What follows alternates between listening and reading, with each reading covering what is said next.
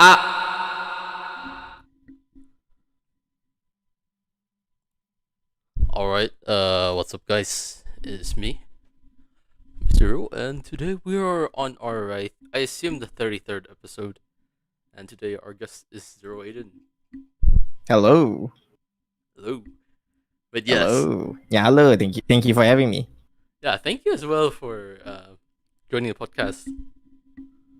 Oh yeah, no problem. Because like I know for the fact that you guys talked about podcast before, and I think I know this like a couple of weeks ago, and then like I did watch your podcast. I was like, oh okay, that's pretty dope. Really? And then like yeah, and then like when you invited me over a couple of days ago, I was like, oh yeah. Wait, was it a couple of days ago? Was it like It was like last? I don't.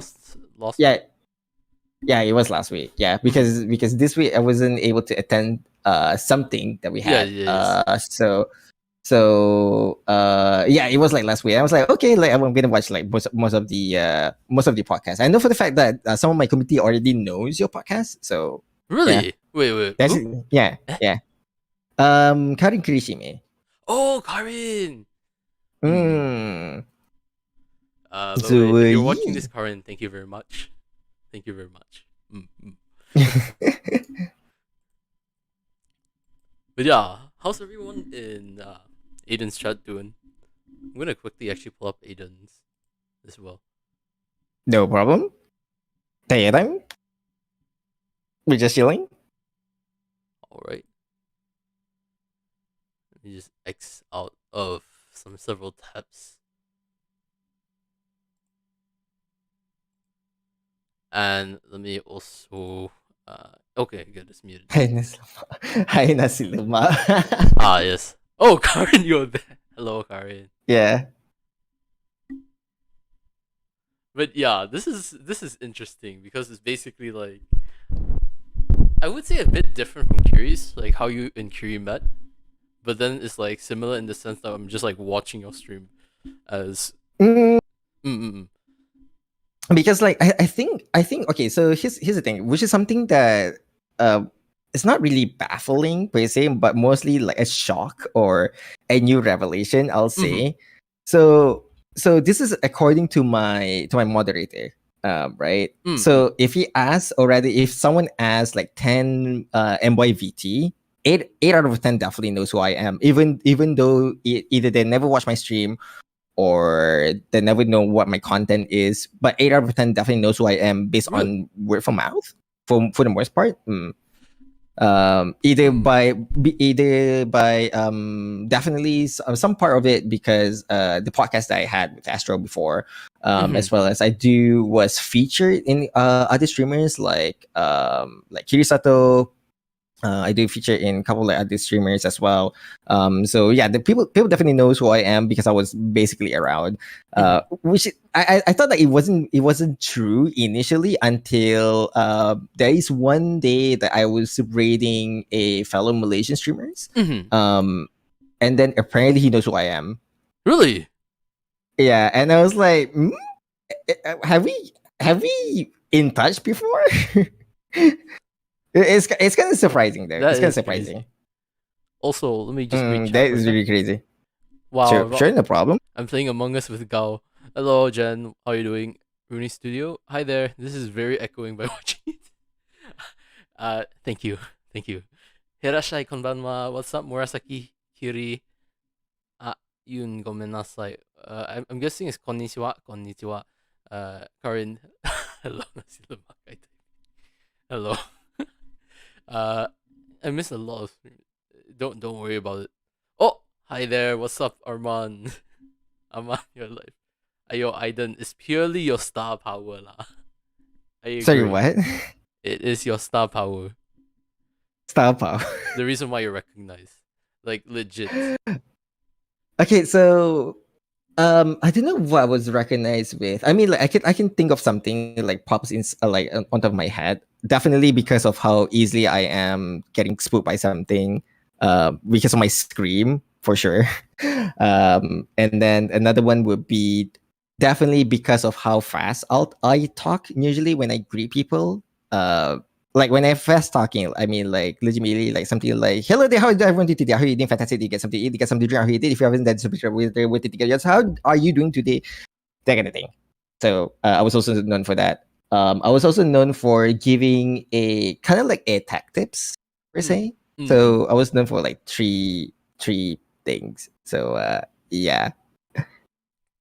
Already that's what I was assumed, or rather I was being told that that's what I was known for. Not going to lie, the way you just like went just brr, to be honest, that one was crazy. Mm, That one was crazy. Like legit, it just felt like you were rapping the entire thing. right, yeah. It is quite crazy though. Mm. Wait, if I may ask, how did you find out about that talent? Like that you were able to do that? Which one, by the way? Speaking really fast. Oh, so when I was a kid, that's actually really interesting question, because I don't think anyone actually asked me about it. Really? But yeah, but I think this is actually a really good opportunity for people on my stream and your stream to actually know this. So this is kind of like a premiere question: how I got this really super fast talking, Mm-hmm. because I never publicly open talk about it. I don't mind talking about it, but nobody actually asked for it. So Mm-hmm. but before I do, hey there, Nix. Hello, hello. Hey, Nix, welcome. Um, hello. So what happened was, when I was a kid, I was a very active kid. When I say active, I mean both physically and mentally. So what happened was, when I was 3 years old, and bear in mind, when I was 3 years old, and I think I already told this story to a lot of people, Mm-hmm. but I beat my dad in Command and Conquer Tribune Sun, Red Alert 1, Age of Empire, Age of Mythology, and Counter Strike Source, if I remember correctly, when I was 3 years old. So that got my dad really, really salty. But my dad got salty, but my mom started to be curious how far my brain could develop, right? So when I was 5 years old, that's when do you know like a Tamiya car? Like here in Malaysia we call it dash car, but it's also called Tamiya. This is like a company called Tamiya that actually make this kind of car where you put like a bunch of gears, and then there's an engine, you can put a battery, and then the car goes, right? So it Hmm. wasn't, in all intents and purposes, is not suitable for the age of 9 and below. In all intents and purposes, I was Mm-hmm. 5 at the time, but at the time, because of how interested I am in mechanical stuff, which I'll get to that in a bit, uh, my mom kind of like figured that, oh, maybe he wants this kind of toy, right? So she brought it for me. What happened was, I basically tear it apart. When I say tear it apart, I mean like put it out, everything out, like the gears, the Dang. shaft, the engine, the wiring, right? So I put everything out. So at the time, my neighbors, which is also my mom best friend at the time, she was like, oh, well, like kids going to, like make a mess, that kind of thing, right? My mom was like, yeah, it's fine, I'll clean up later, right? So Mm-hmm. I went to my mom, I eat, and by the way, this is according to my mom, Mm-hmm. because I have no recollection of this. This is according to my mom, which is very, very interesting. I Mm-mm. go back to the car that I just disassemble, reassemble it, and make it work Dang. when I was 5. And Dang. bear in mind, I couldn't speak proper English and proper Malay at the time. Wait, then what do you speak, if I may ask? I started to speak in English when I was 6, but Oh. not Malay. I started to speak in Malay when I was 7, but very broken Google Translate Malay. Wait, then what was your first language, if I may ask? English Oh. when I was 6. Yeah, English. Well, to be fair, it's actually French. To be What? fair, What? okay. So here's the thing. This is also something my mom told me about it, which is, again, I have no recollection whatsoever. When I went to eat something, right? I always say to my mom like, maji, right? So my mom, being a mother, she knows what I want when I say that thing, right? Le friends, yes. Mm-hmm. Um, so my mom didn't think about it initially, until when she had this one VHS tape, which is a French movie, if I remember correctly. This is according to my mom, by the way. So she watched that VHS tape, which is the movie, and they have a subtitle in it. And one of the scenes where the count was like "maji maji," basically like asking people to like feast upon the things, the food layout in front of people. So the count was like "maji maji," and then my mom was like looking at the subtitle and said "eat eat," and then my mom was like, "Oh, this whole time my son says French." That is impressive.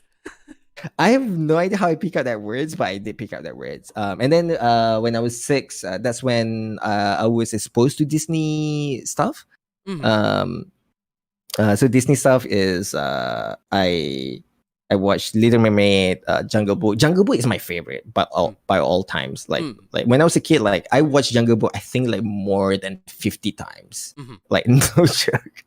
That's where my English start to pick up.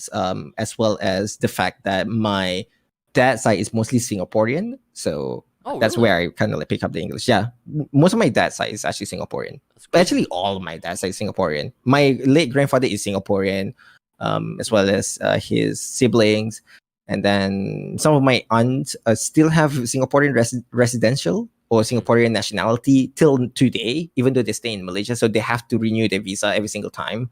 But some of them already have the Malaysian nationality. But in all honesty, most of them are from Singaporean. So that's where I kind of like pick up English, and then transition to Malay when I start staying in a much more Malay centric people. So, but in a very Google Translate way. And I say very Google Translate way is like a direct translation. So how my Malay works when I was a kid is whatever I say in English, I'll translate to Malay word by word, basically.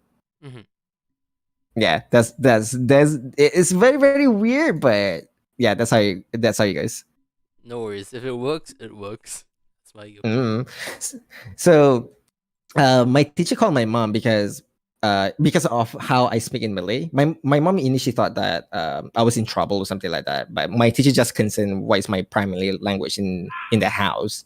So my mom kind of like explained to the teacher, and the teacher's like, "Oh, okay, that makes sense. Why his Malay is very very broken." Hey, no worries. Also, Yeah.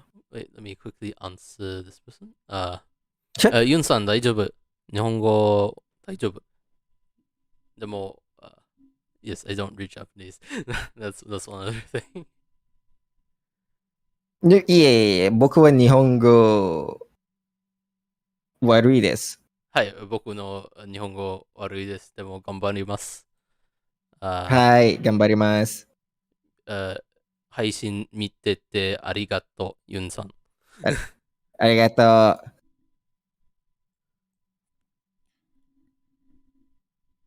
But yes, once again, this is why I don't put JP like on my list of languages if I were to put a list of languages. Fair. I mean, like I can speak. I can speak already. Understand very. Well, I'll say that I can kind of like figure out like Japanese language. It's really hard for me to speak in particular, but when it comes to like trying to understand, because okay, so here's the thing. Like I have a favorite Japanese streamer on Twitch in particular, and she's an artist. She goes by the name of Sato Oshu. Oh, I've been watching her as well. I think I'm on her server. She. Oh really? I haven't got on her server yet, but I watched Sato Oshu. I watched Sato Oshu a lot, and she was so much fun to talk with, so much fun. And I was like, yo, like she's fun. She's fun to hang out with. So because of the language barrier, I try my best to actually talk to her in Japanese. But obviously on her chat there is a auto translations, that kind of thing. But I was worried like some of the things I want to say lost in translation sometimes. So I try my best to speak in Japanese a little bit. But for the most part, whenever she speaks in Japanese, I managed to pick up some words of it before the translation on top of her stream basically give you the translation of it. So it allows me to have a quick reply, basically, instead of I have to wait for the translation to be done, understanding what she's saying, and then reply to her. It takes like about like 5 minutes to all photos process, but if you kind of like understand the Japanese, you're kind of like able to quick reply to her like immediately. So yeah, I love Satoshi, and that's the reason why I strive to learn Japanese more. In honesty, just to talk with her. Is this a Which is possible really fun. collab with Satoshi? There's no way. There's no way. I would love to. I would love to. In honesty, because here's the thing. Like honestly, she's a really amazing artist. As well as there are a couple of like things and jokes that both me and Sato Oshu kind of like exchange in her chat as well. Like for example, I remember a couple of topics that we talk about, like PlayStation Vita, because Japanese are into their Sony stuff, right? So we talk about PlayStation Vita. We talk about, I think, like Monster Hunter at one point, if I remember correctly. We talk about time zone and what do you think about breakfast, that kind of thing. Here you go. So, ooh, thank you. No worries. Yeah. But Yeah. yeah, So I yeah, thought it looked cute. That's why like I followed them. I think I found it purely by accident. I remember when I first rated her, we kind of like joking around saying that what you call it, like I'm a cat and she's a doggo zombie.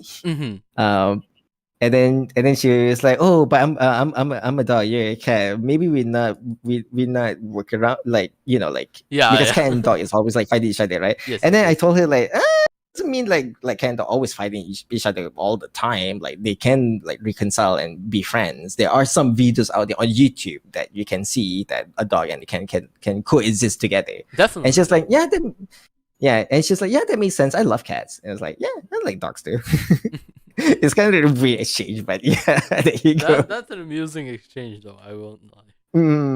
That is an interesting. There you go. But yeah, that's crazy. I didn't expect it to be like a person that I also knew. Yeah. Like it's like it's really very interesting.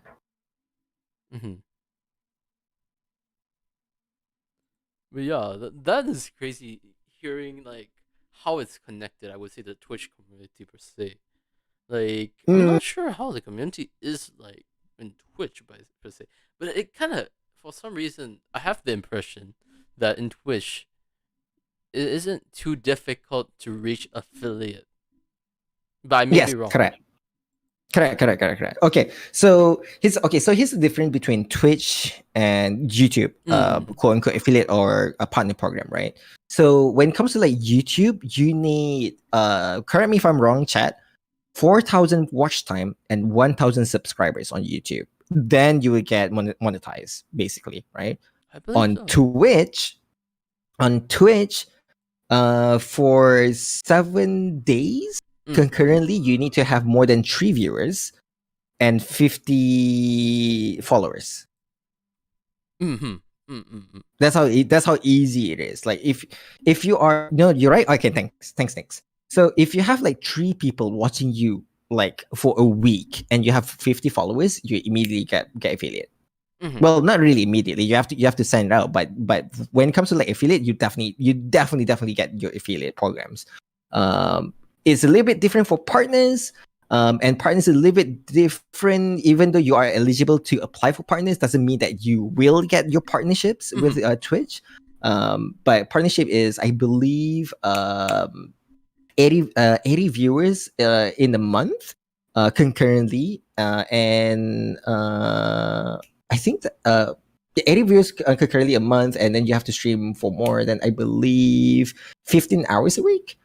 For affiliate, I think you need to stream, if I remember correctly, 7 hours, I think, or maybe 15 hours in 1 month, if I remember correctly. I'm not really sure. It's very different. But the barrier of entry to Twitch, in order for you to get affiliate, is very, very easy compared to YouTube. But with that being said, Nick did say the barrier to entry is a lot smaller on Twitch. Yeah. Yeah, because like for some reason, what I assume is like when you get into Twitch, you don't need to wait. It's really fast. Like it's not really that hard to find like viewers per se, or like that. I have this impression, per se? Depends on where is your starting line.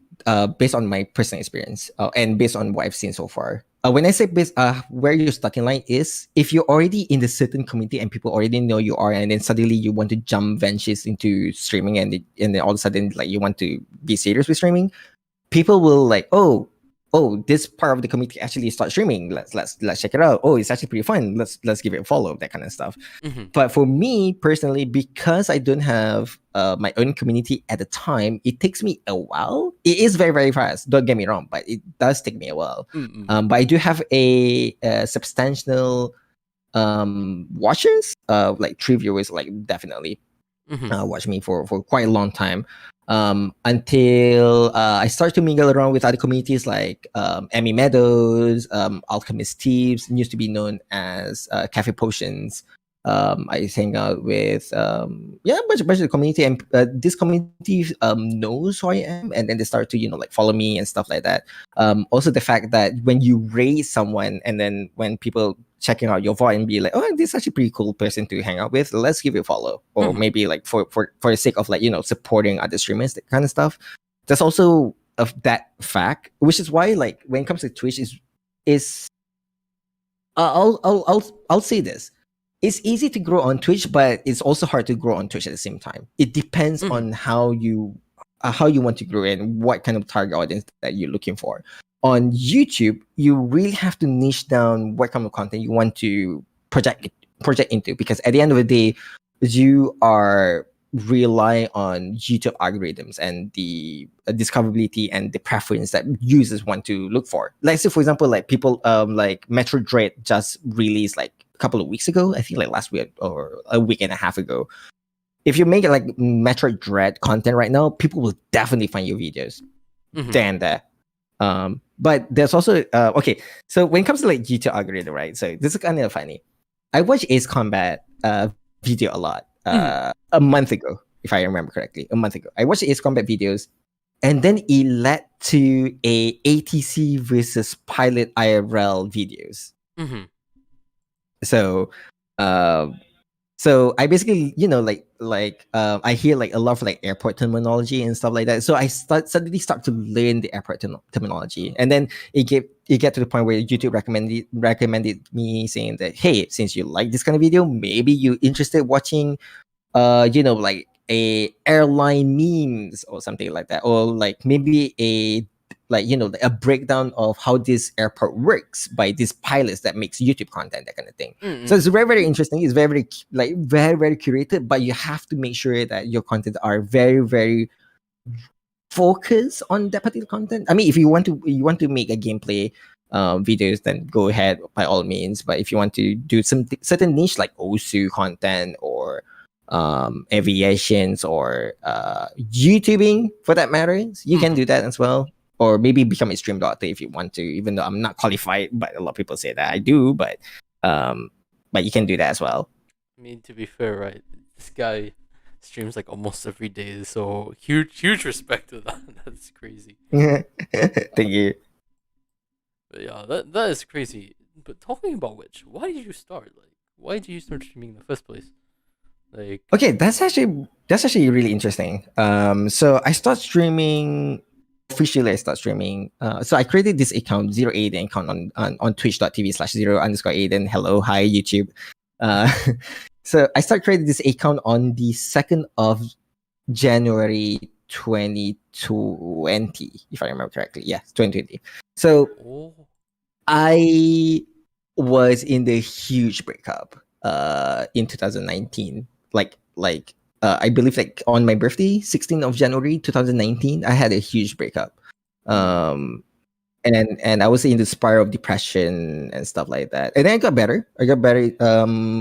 Towards, I believe, somewhere around September. So I got better when it comes to like my mental health and getting out of that depression of just breaking up with your exes that you are in the relationship in 5 years. And all goes down to drain. And she married with someone else in like just a matter of like 2 months. Oh, so it's very, very hard. I know, right? All those 5 years go down to drain in just 2 months. So you understand how broken I am at the time. Um, and then that's when I believe somewhere around November, Unas Anas came out, if I remember correctly, around November. Mhm. Either November or October, I don't remember. But Unas Anas came out, right? So they're planning on, like releasing videos once every day and do whatever the fuck they want and do whatever frick they want and basically like No, you don't. just posting You video. can swear if you want. Oh, okay, because No, I like was thinking of like YouTube side, but no, anyway. no, no, no. For me, if I remember telling you this, I don't plan on monetizing. So legit, Oh, you can okay, say okay, okay. whatever you want. You could legit do anything that gets demonetized because that's the purpose for me. Like legit, do whatever you want so long as you understand that it's live and yeah. Okay, okay, okay. Okay. Continue on this story. I got into watching Unasanas, right? Mm-hmm. And then I happened to go on Twitch because of two streamers, Soviet Wumbles and the A-Bit Drummers or Oh. Jared. Yeah. So I watched both of them on YouTube, right? And then I decided, like, you know what? How about I should watch them on Twitch and see how they play? What's the experience of like streaming and making YouTube content? What's the differences, right? So I Mm-hmm. watched Soviet Rumble. It was really chaotic. It was really, really fun. And then I watched 8-Bit Drummers. It was so much energetic. It was so much hype. And every single people in the community are so much, um, like communicating with each other. Everyone's having a good time. And I have a lot of fun. So on January, when I created the account, I play Horizon Zero Dawn for the first time on the PlayStation 4. And when I, like running around some couple like settings on PlayStation, I found that you can stream directly on Twitch on PlayStation 4. So I decided that, you know what, why not? I'll give this a try. We'll see how it goes, right? Because I'm playing video games every single night anyway, so might as well just live stream it. So I live stream it. And then long story short, it was very, very sporadic. I don't have any consistency when it comes to my stream. It's kind of like on and off Mm-hmm. until April, if I remember correctly, April or May, somewhere around that. So that's when I first met Ella Mao. She's currently known as Mew on Twitch. And then because of her, I met Emmy Meadow. And because of Emmy Meadow, I met Cafe Potion or Alchemist Tip right now. Um, so I remember fondly until this day. The reason my goal of streaming is not just for having fun anymore, but for something else is because for this day, I rated Emmy Medal with a party of 3, if I remember correctly. And then because Emmy Mendes knows who I am at the time, because I really chat with her a lot when she played games. And she didn't know that I was a streamer until I rated her. And then she gave me a shout out for the first time. And 6 people follow me, including her. That is crazy. It was really crazy. Like 6 people like followed me there. I was like, oh my god, that's actually amazing. So that was on the evening, by the way. That was on the evening. So feeling glee, feeling like like feeling great for myself. At night, I decided to look at my follower list, and one of them are Cafe Potions, also known as Alchemist Tip right now. So I decided to look at I look at their profile, and then I figured out that they're also a streamer. So I decided to check them out, and they're actually streaming at the time. So I decided to check it out. They're playing Animal Crossing at the time, and then we're just having a good time. We're just talking about Animal Crossing and stuff like that. And then they switch over to Monster Hunter. And as a person who played Monster Hunter before, Monster Hunter World is very new to me and never seen the latest installment of Monster Hunters. So I was like, man, like this game looks interesting. I really love Monster Hunter. And then look at the prices. The prices are actually expensive here in Malaysia when it comes to Monster Hunter. At the time, I don't have money to buy games. And I was like, talking about Monster Hunter stuff like that, blah blah blah. And then one of the community in their channel saying that, hey, I have an extra key of Monster Hunter World. My friend already owned Monster Hunter World, and I was decided to give him initially, but he already have it. I'll give it to you, Aiden. You have no idea how much I cry. I bet. Like on the same day, I got 6 people follow me on Twitch, and someone gifted me a Monster Hunter World. And that's when I decided that instead of I streaming for fun, I decided that you know what, like Twitch is actually a really good platform where people can be themselves. People can, like communicating, building a community, having a bunch of fun, emit positive energy. So I decided that, you know what, I want to be that beacon of light. That if you guys have some sort of like issues that you guys have within yourself, you guys have self doubt. Yes, I know mental health topic is very very sensitive topic to a lot of streamers. But if you guys want to talk to me, if you guys want to DM me on Twitter or on Discord, if you guys want to like share your problems and need someone to like lend your ears, I'll be there. I'm not a Mhm. professional therapist by any means, but at least that you're not suffering alone. Because way back in this, I was suffering alone is not fun. It's definitely not fun. I respect you on So that. so the goal of me just doing it as a hobby turns into semi-serious, that I want to people just having fun, and it's just like watching me. If that person, like, can that person's frown upside down, that's more than I'm asking for. It's never about money to Mm-hmm. begin with. I mean, to be fair, like when it comes to like money, I will love to do charities if I'm large, feasible size enough. Mm-hmm. But that's in the near future. If I'm big enough and a lot of people, donating me, gift subs and stuff like that, and I will decide that if that kind of like income is really really a lot, I will decide, like, you know what, let's do a charity. I'm gonna pick a charity. We're gonna do this maybe once every 2 months or once every 3 months. We'll see. Mm-hmm. Hmm. But yeah, huge respect to that. Thank you. Definitely. But yeah, once again, huge shout out to Zero Aiden for supporting Thank everyone. you. But yeah, but just curious. This is a bit off Mhm. topic. Why Zero Aiden? Of like all the names you could choose, why Zero Aiden? That's that's a really that's also an interesting question. I already talked about this on my stream and to other platforms, if I remember correctly. Zero Aiden is actually two separate things. So Zero is basically based on a character in an anime that I really love, Code Geass. So there's a character named Lelouch, and he was wearing a mask. And when he wearing a mask, he called himself as Zero. People in the uni noted that I was that kind of guy. Like on the personal level, like I can be with myself, but when I have to be serious, I kind of like have to don a mask, and being a tactician, being someone that have to drive certain things, because I was having a lot of responsibility when I was in uni, because I was a captain for the English debate, as well as a president for a business club. Even though I'm not taking business at the time, I'm taking computer Dang. science, but for every reason, Wait, I what are was you a taking again? president for the business club. Sorry, what? Wait, what did you major again? A computer science. Oh, okay. Never mind. Yeah, I'm not a business guy. I'm not a business guy, but for whatever reason, I was nominated as a president of a business club, where you do business and stuff like that. Mm-hmm. And I was like, okay, I have no idea how to do this. Let's learn. And then which is kind of like interesting foreshadow it during uni, because later on in my life I have to engage with a couple like business stuff, which is very very interesting.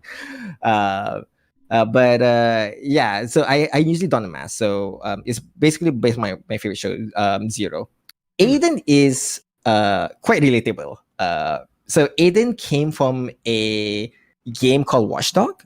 Mm-hmm. His character name is Aiden Pierce. So Aiden Pierce is a hacker, trying to find some revenge. But it's not the revenge part that people noted; it's the hacking part. Because I'm a computer science guy, and people have this stereotype, like, "Oh, you are a programmer? Are you a hacker?"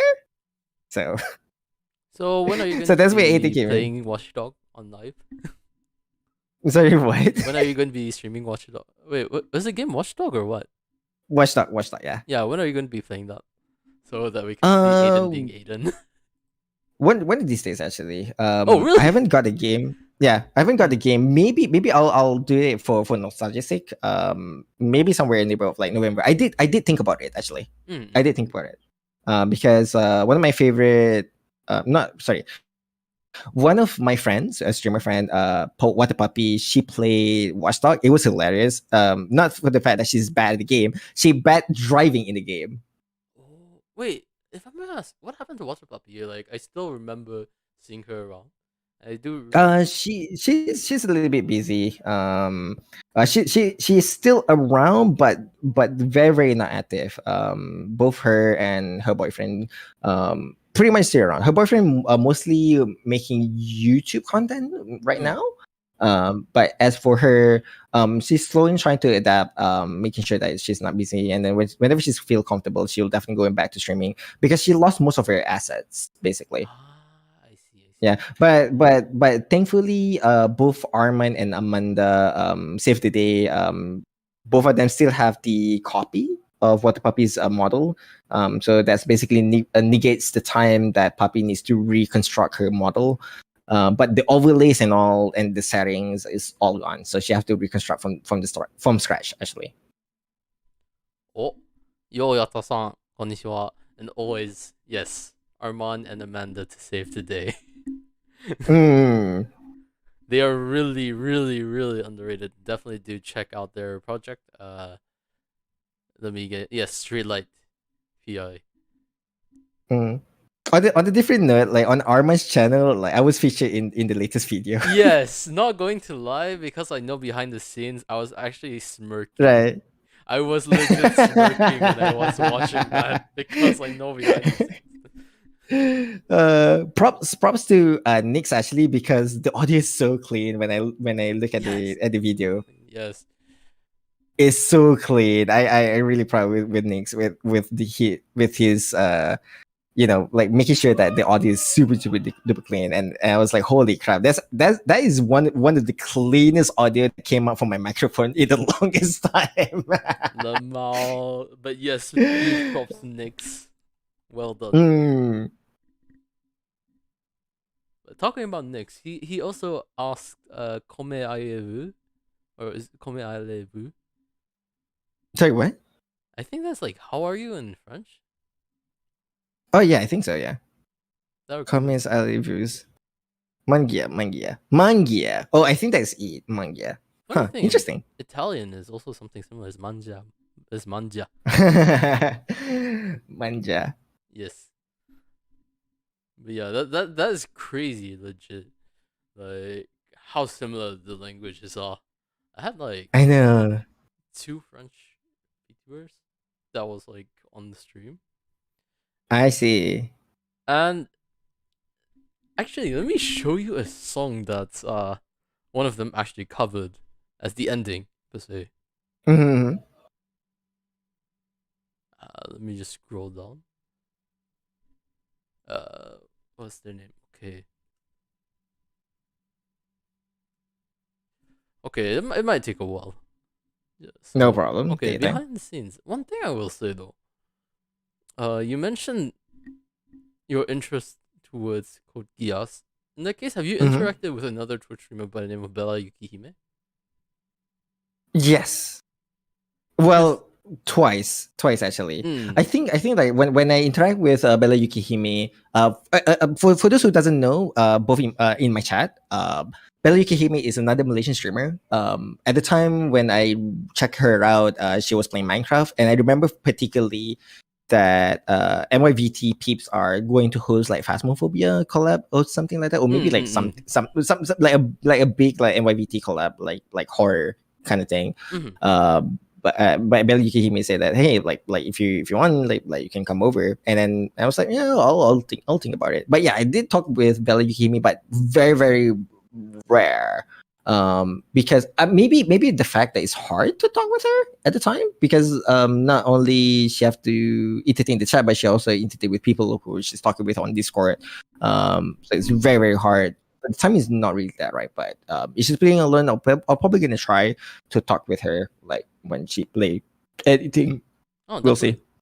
see. Because she actually, I think she cosplayed as CC before.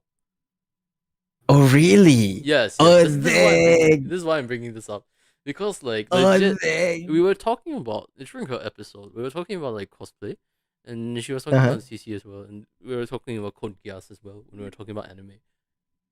Ah, that's interesting. I'll definitely going to ask this. I'll definitely going to ask Bella Yukihime.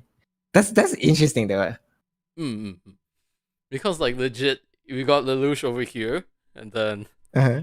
I meant Lelouch Aiden. My bad, sorry. We got, and then we've got CC. So, man, we need to form the Code Geass group on Twitch. Oh man. Oh man.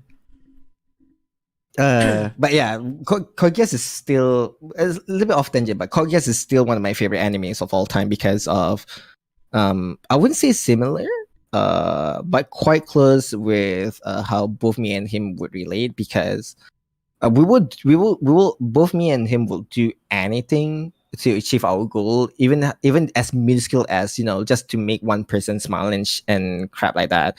But honestly, like we just do it, we will do anything in our power to achieve what we want, basically. And Lelouch, being a smart person he is, I wouldn't say I'm a smart person myself, but a lot of people noted that I'm quite smart, even though I don't think so. You do have your But talents. You have to give yourself some credit, at least. yeah, well, yeah.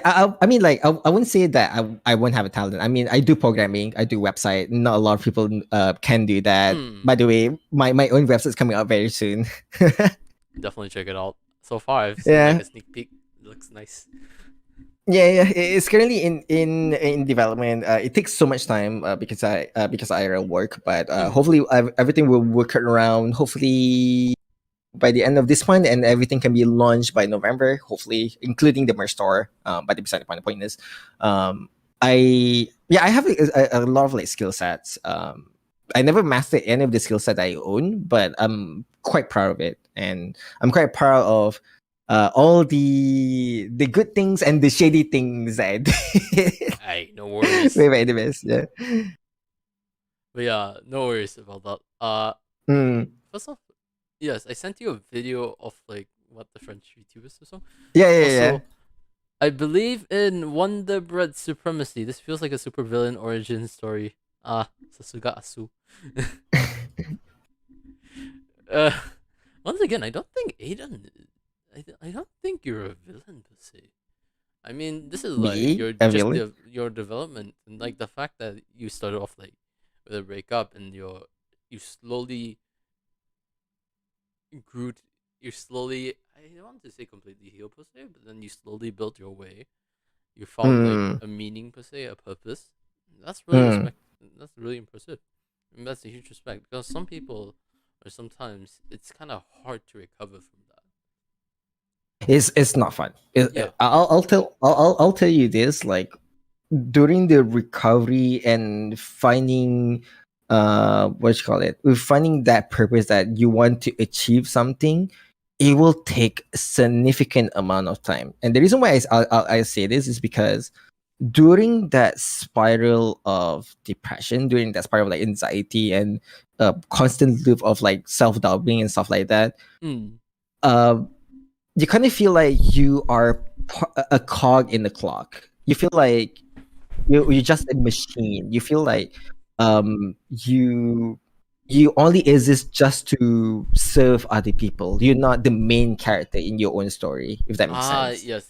That definitely makes sense. So yeah, so during that span of time, in order for you to break out from that shell, it's not just takes so much time, but it's also tiring because you will also constantly like thinking about it, because it only takes something to have a spark inside your heart, then you were able to get out of that bubble. But as long as you didn't find that spark in you, you will always constantly going to stuck in that loop, personally speaking. Definitely.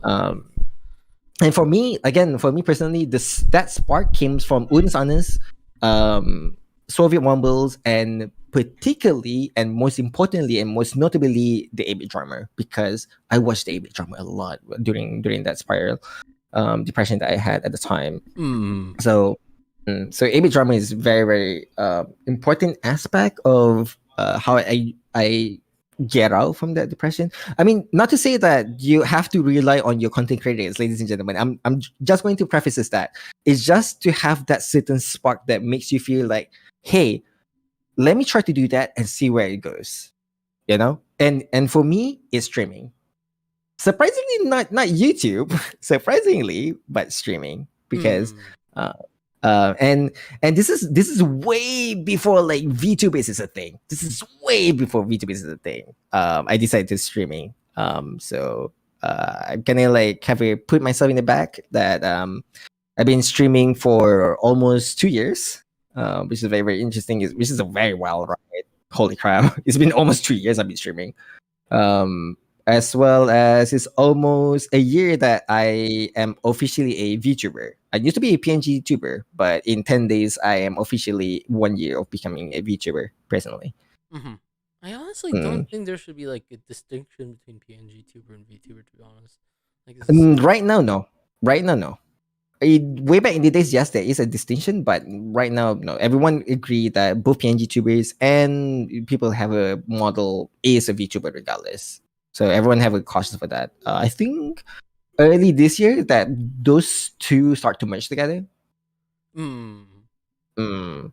I guess from the get go, because right, uh, legit, my avatar was. Let me just show you like what I originally used. Mm-hmm. It was this low quality stuff. This was my avatar before. Okay, okay, that makes sense. Yeah, yeah.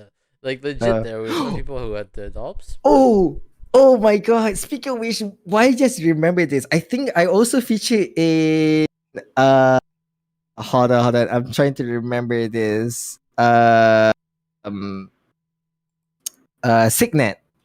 Oh, you know Signet? I was featured. I didn't know Signet until someone mentioned that I was featured in Signet YouTube videos or Signet stream. I think like Signet was reporting that I was doing a 24 hours stream at the time. Wait, wait. Oh, okay, okay, okay. I actually have the story for Yeah. that because I was also part of the Okay. news. Oh, okay. So most likely, I'm assuming is because either Armand or Amanda actually put it into like the news chat room, and Okay. then we basically covered it per se. Oh, that makes sense because I was surprised. Like I was like, wait, how do you guys know this? Wait, let me actually double check. I forgot who exactly Right. was the one that said it. I think that's also. I think that's also part of the reason why. I think. Because back then, right, Right. people, it was like, I would say back then it was more of a close knit community per se, Uh huh. because people would know who they are. Right now, there's just like way too many people, which is Right. it's a bit rude saying that, but I'll still say there's way too many people here. Like, I know for the fact that Kirisato is also one of the factors because she was doing MYVT showcase yes, yes, stream. yes. I Yeah. still remember that because like legit, Mm, it was that one episode I was actually in. okay. It was like episode 3 for that, and I still remember like how Kiri was like, she really liked your energy and the awoo like that one. Yeah. Oh, whoa. Yeah, I this is still the first remember. time you get to Yeah. hear me say Aiden's intro. Yeah.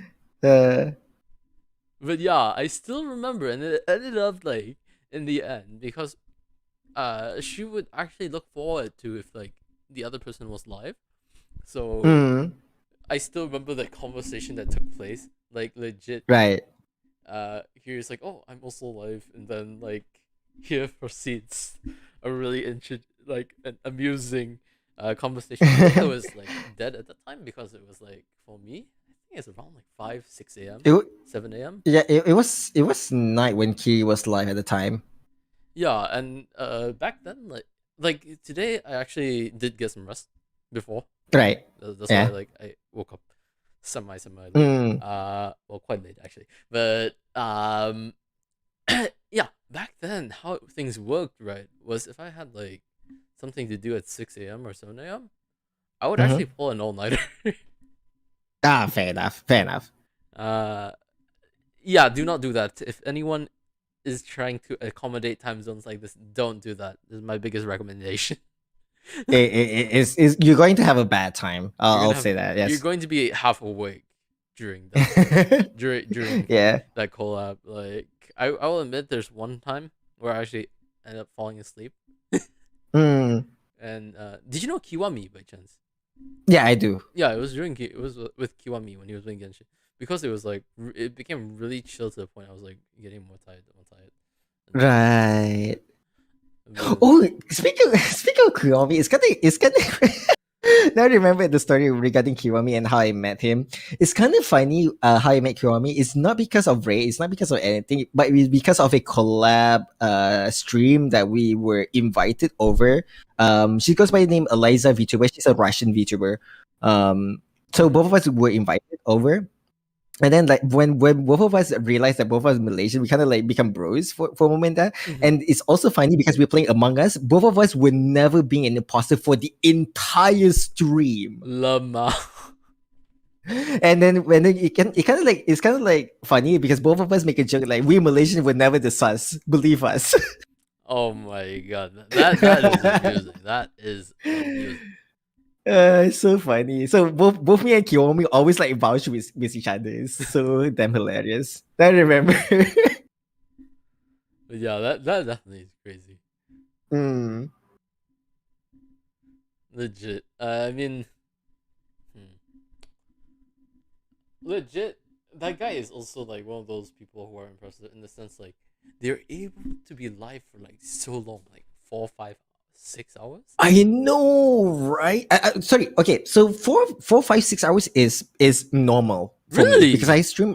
I stream 4 hours. How? Wait, actually, no. I stream it I 4 hours. like twice. Okay, so in all fairness, 4 hours is very very baby. How?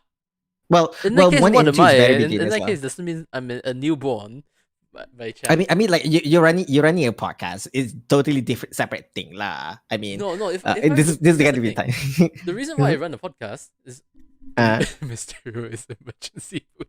Lamau. Yeah, I was referred to as a Paimon back then. But then right. how do I put it?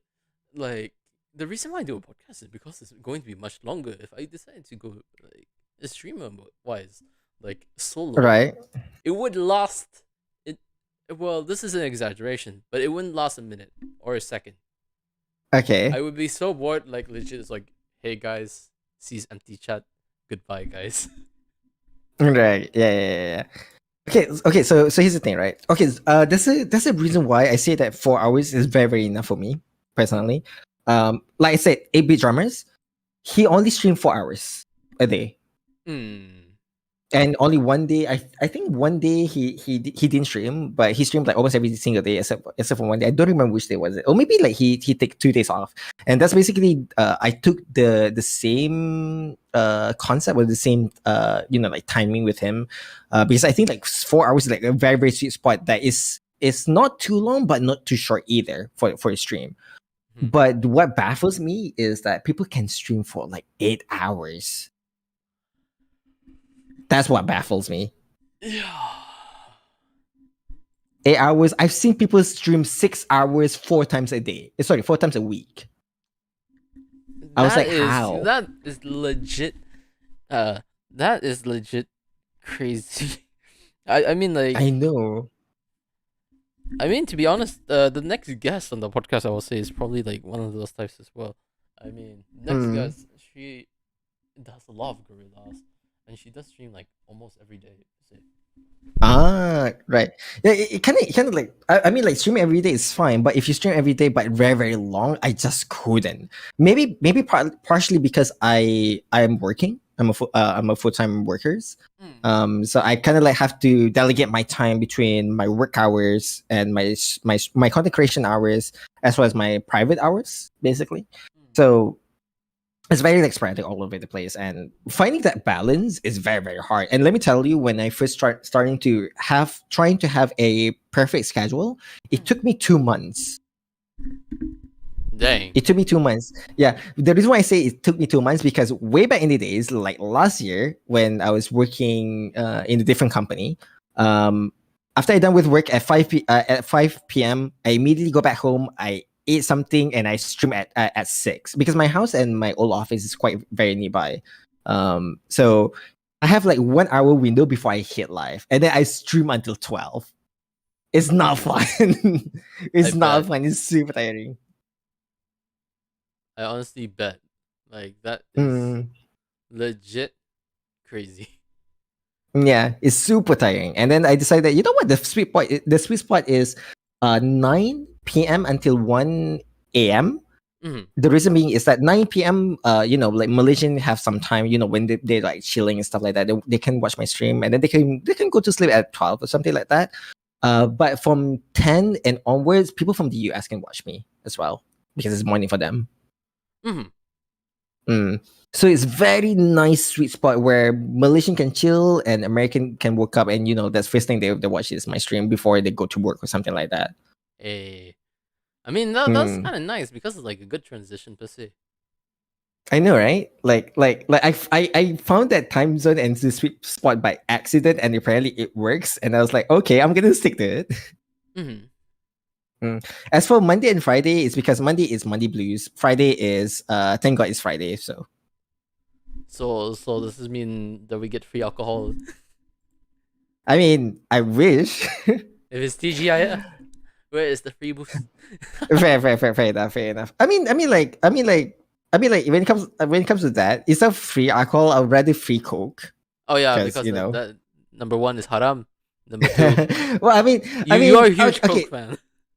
I'm a huge Coke man. That's the main point. I'm an avid Coke guy. I mean, I drink Coke for breakfast, lunch, and dinner. No joke.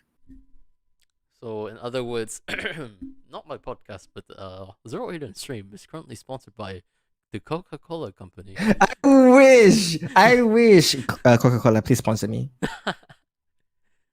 Let me But I actually, wish. could you actually technically? Well, I know it's possible to get sponsored by Coca-Cola, Mm. but I'm actually going to actually try to find it. Coca-Cola. Uh, Real magic is only a sip away. Technically, you could just DM Coca-Cola. You know that, right? I mean, I can try. I'll do it. I'll do it for YouTube videos. I'll say that. Let me actually. Yeah, yeah. I don't think it to you, but yeah, legit Coca-Cola. It's please sponsor Zero Aiden, and make sure you send him like several gallons of Coke. Yes, I drink your product on stream anyway, Cook. So it's a win-win. Are you I'll say drinking that. Coke at the I moment? mean, hmm? Are you drinking Coke at the moment? Yes, I am. Well, I was maybe I was one of these taking days, if my I content invite you for the again, content. let's have like a Coke collab. Can for sure can. Just, I mean, like Okay, so how legit, many? it's funny. But yeah, Speaking of which, how many bottle of Coke I have? One, two, three, four, wait, are these liter five, bottles or six. is it gallon bottles? 1.5, 1.5 liters. Ah, Seven. wait, is it Oh yeah, regular seven, Coke, Coke seven. Zero, or Coke like? Vanilla, Huh? vanilla. Oh, vanilla. Yeah, I love vanilla Ah, I see. because I have that distinct like sweet taste as well. The Mm. vanilla taste. That's the reason why I prefer vanilla Coke. I mean like if that's like regular Coke, I don't really mind about it. In honesty, I prefer if anything the fountain, the drink bar Oh, Coke. you'd prefer That like endless Coke? I see. yeah, that one because the gas content is way satisfying. I The mean, carbonated part is very satisfying in the drink bar. technically, no more. But yeah, uh, technically, right? Couldn't you just Hmm. carbonate it again? Oh, I think what would be interesting, right? You take dry ice, you put it in Coke, and then you drink it after. It'll be extra carbonated, Coca Cola. Hmm. But then you have to make In sure some sense, that you actually take out the dry ice. Otherwise, after a while, once it stops carbonating, it would actually form a layer of Coca Cola ice around the dry ice. yeah, yeah, exactly. I'll try it Yeah, when I go to Baskin Robbins and get the dry ice. not going to lie, you can do a lot of cool things with dry ice. Fair enough. Fair enough. Mm. Like you won't regret it. Like even if you don't use it for drinks or like that, I would recommend, Hmm. highly still recommend you try it around the dry ice because if for the regular person, for the normal person who might not be like really that like well versed in chemistry or like science in general, dry ice, so long as you keep on moving your hands, you could handle it with your bare hands. Hmm. Fair enough. Fair enough. Yes, and you don't actually really, how do I say? It doesn't really get dirty per se because like if you put it on the ground, it floats. It doesn't actually directly float. Oh, okay, that makes sense. And by float, don't actually like assume like it's actually levitating per se. It's just that when I say the reason it floats is because technically it's a gas. It's basically a solid bacteria Right. gas. Yeah. Yeah. So Correct. yeah, that's why it's not going to really get dirty unless you purposely try to get it dirty. Which in the other Right. hand, Yeah. don't do that, please. It just makes me Hmm. want to cry. But I won't. Hmm. But yeah, this is really interesting. Like, I've not gonna lie, I've actually wanted to know where the names Raiden come from and like the whole story. Like, this is definitely really interesting. Hmm. If I may ask, right? Right. Because I know it's great to cover the positive thing. I know I'm not sure if you are okay with covering this or like that, but what's your Which opinion one? per Mhm. se about like the negative sides? Because I'd like to make sure to mention both sides of the story per se. Right. Yeah. Like I do not want Yeah. to give the impression, oh, you go on Twitch, it's gonna be all good, or like you go on YouTube, it's gonna be all good because like I'll be honest, shit happens. Wait, Right. there's no Yeah. Fair. demonetization on your side if I cuss, right?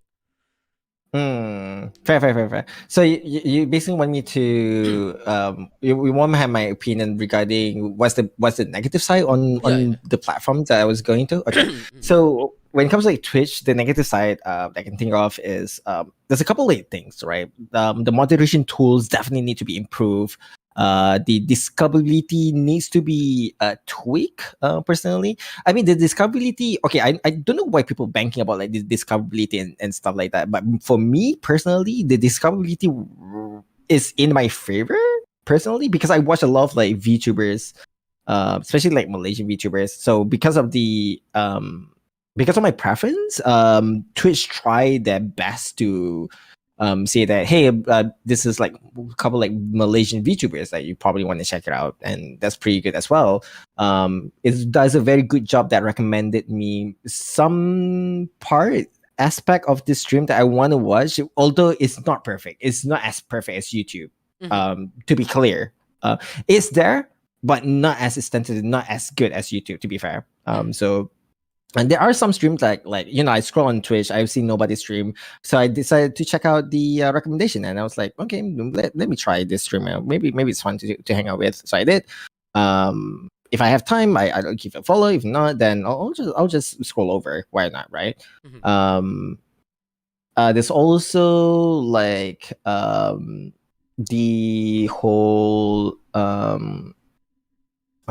what you call it the way how Twitch staff handles things is very, very poorly at times. Mm. Not to say all of them are bad, because Mm-hmm. I have okay. So to preface this, right?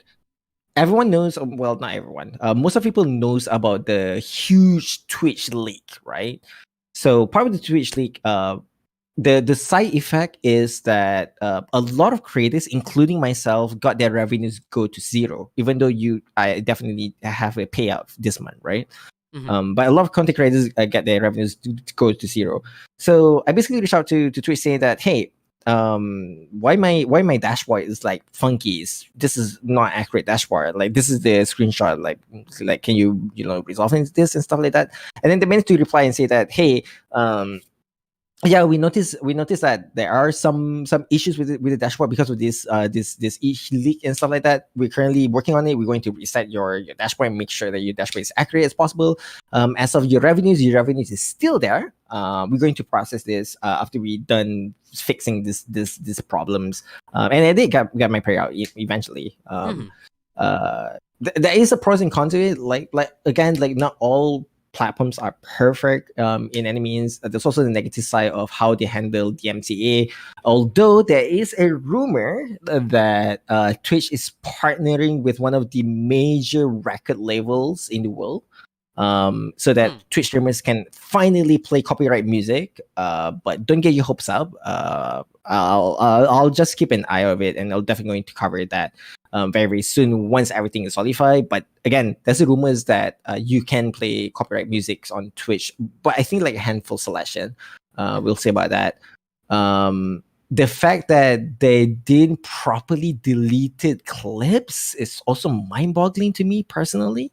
Yeah, they did. Um, as well as how they handle or how they decide things, like the whole you can pay to boost your credit is just dumb.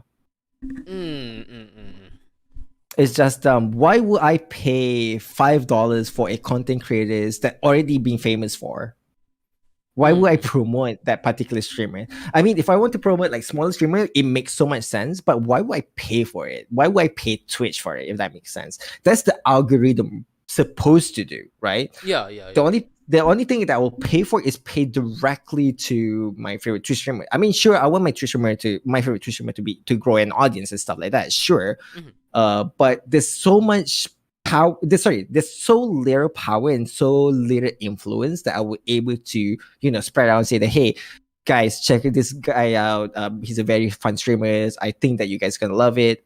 But people just don't care. People just be like, oh, okay, like he find favorite streamers, I guess. So scroll along, that kind of thing. So there's very, very little influence with very little power. So that's the reason why the whole boosting thing is a thing. I would say if I were to say on to Twitch, right, keep that, but instead of using money, use it as a channel point. Oh yeah, that would be a good idea. Yeah, don't use as money. Like maybe set as collective amount of channel points, right? If they like it, pull.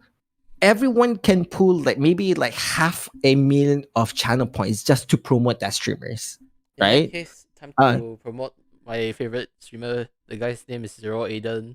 He seems very nice. In that case, time to thank you. But yeah, like put as a channel point, and then once you reach that goal, Twitch in the backend will automatically say that, okay, they hit this goal, let's promote this shit out like for 24 hours, right? That'll be a lot better personally, and because it is for the community by the community kind of thing, right? And again, the only thing that you only use your money for is to actually support that particular streamers, not to Twitch directly, or not to that particular platform directly. So that's basically a couple of like cons when it comes to like Twitch. When it comes to YouTube, personally, it's not for streamers for now.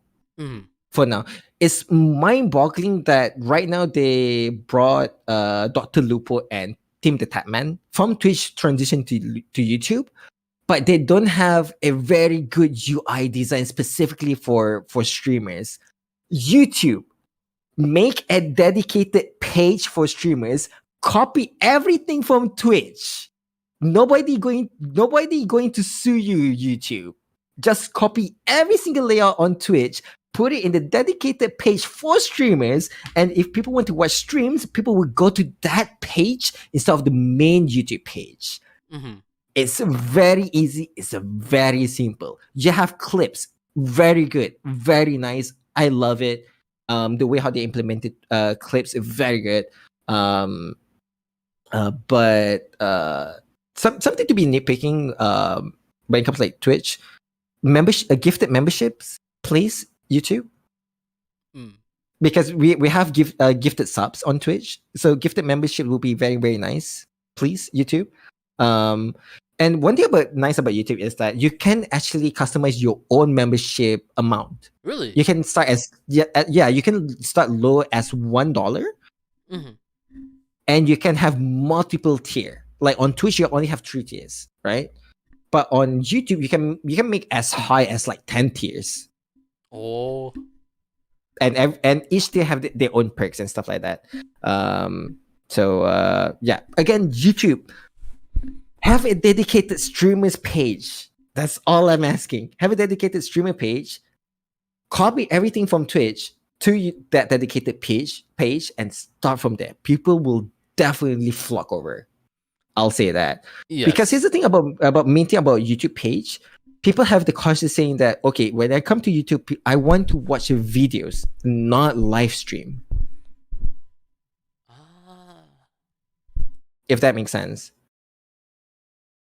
Funny enough, Mm. for me, right? Whenever I go on YouTube, it's mostly live streams that pop up, and it's probably also because of my account. Yeah. So when it comes to that, again, like, I mean, don't get me wrong. There are a lot of like content creators. There are a lot of streamers that basically stream on their main YouTube account, right? With like the YouTube overlay and stuff like that. Mm-hmm. But in all honesty, when it comes to VOD itself, like people not going to like.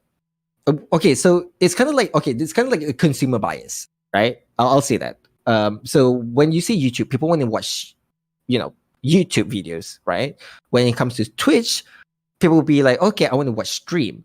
When it comes to TikTok, okay, I'm just gonna scroll like a couple like 30 seconds videos and that's about it, right? Mm. If I go to OnlyFans, then there are some loot things that I want to look into and jack off, right? So it's a consumer bias, I'll say. So YouTube have to find a way to break that barrier that, hey, not only you can make YouTube videos here, but you can live stream, which is that you can right now, but it's not advertised or it's not their primarily focus. It's kind of like an afterthought, if that makes sense. Mm-hmm. Also, YouTube, for your live stream, can you please fix the chat UI? Please. That's all I'm asking. Once again, not going to lie, it'd be cool to collab with YouTube or Twitch. Like, I might want to invite them to a podcast if I could. Highly doubt it though, but I doubt it, but we'll see. yes, I don't mind giving it a shot. As tough as it No may problem. be. No worries, no worries. But yeah, that's the pros and cons when it comes to like both on both platforms. If you guys want to ask me about Facebook, I have no. I know for the fact that there are some content creators have some certain opinions about Facebook gaming. For me personally, when it comes to Facebook gaming, they have long ways to go. Personally, I know for the fact that Malaysian VTubers also she always brags that I'm the first VTubers that she ever friend with. I don't know why. One? She goes by the name Akeisha Parsnips. She's a Malaysian VTuber. Every single time I go to her stream, she always bragged that I'm her first VTuber friend she ever made. But anyway, that beside the point. The point is she did stream on YouTube gaming, but because of the certain restrictions, certain things, she have to transition over back to Twitch.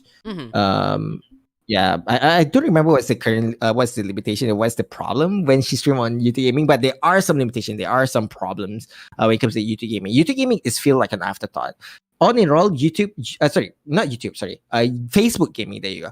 Facebook gaming is kind of like, hey, you want to live stream? There you go. But we don't know if we want to, primarily focus on live streaming services here on Facebook. We are social media platforms, not a live streaming platform.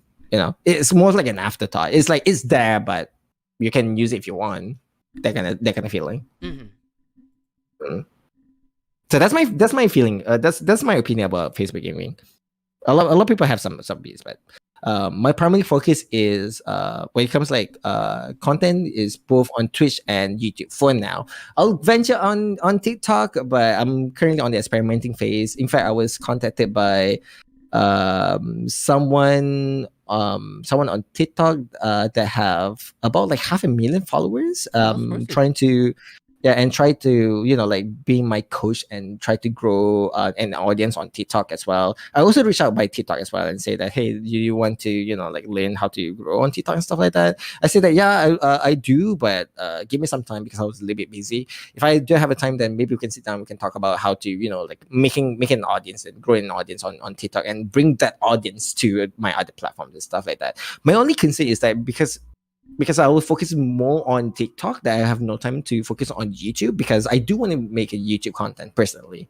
There's a bunch of like YouTube content. Like I want to make a playthrough of Ace Combat 5. I want to do a a playthrough of certain games that I won't be able to stream, but and maybe it's a bit boring to play on stream, but I do want to play that game, so maybe convert it into as a YouTube videos.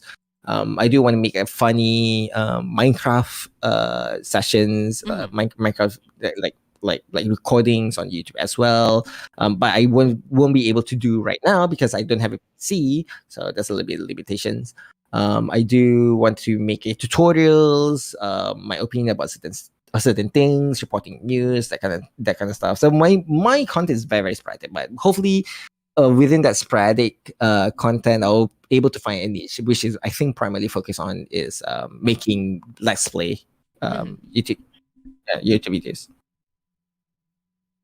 But dang, honestly, the way I feel like it would be really cool if you end up going up your way to the management side of things.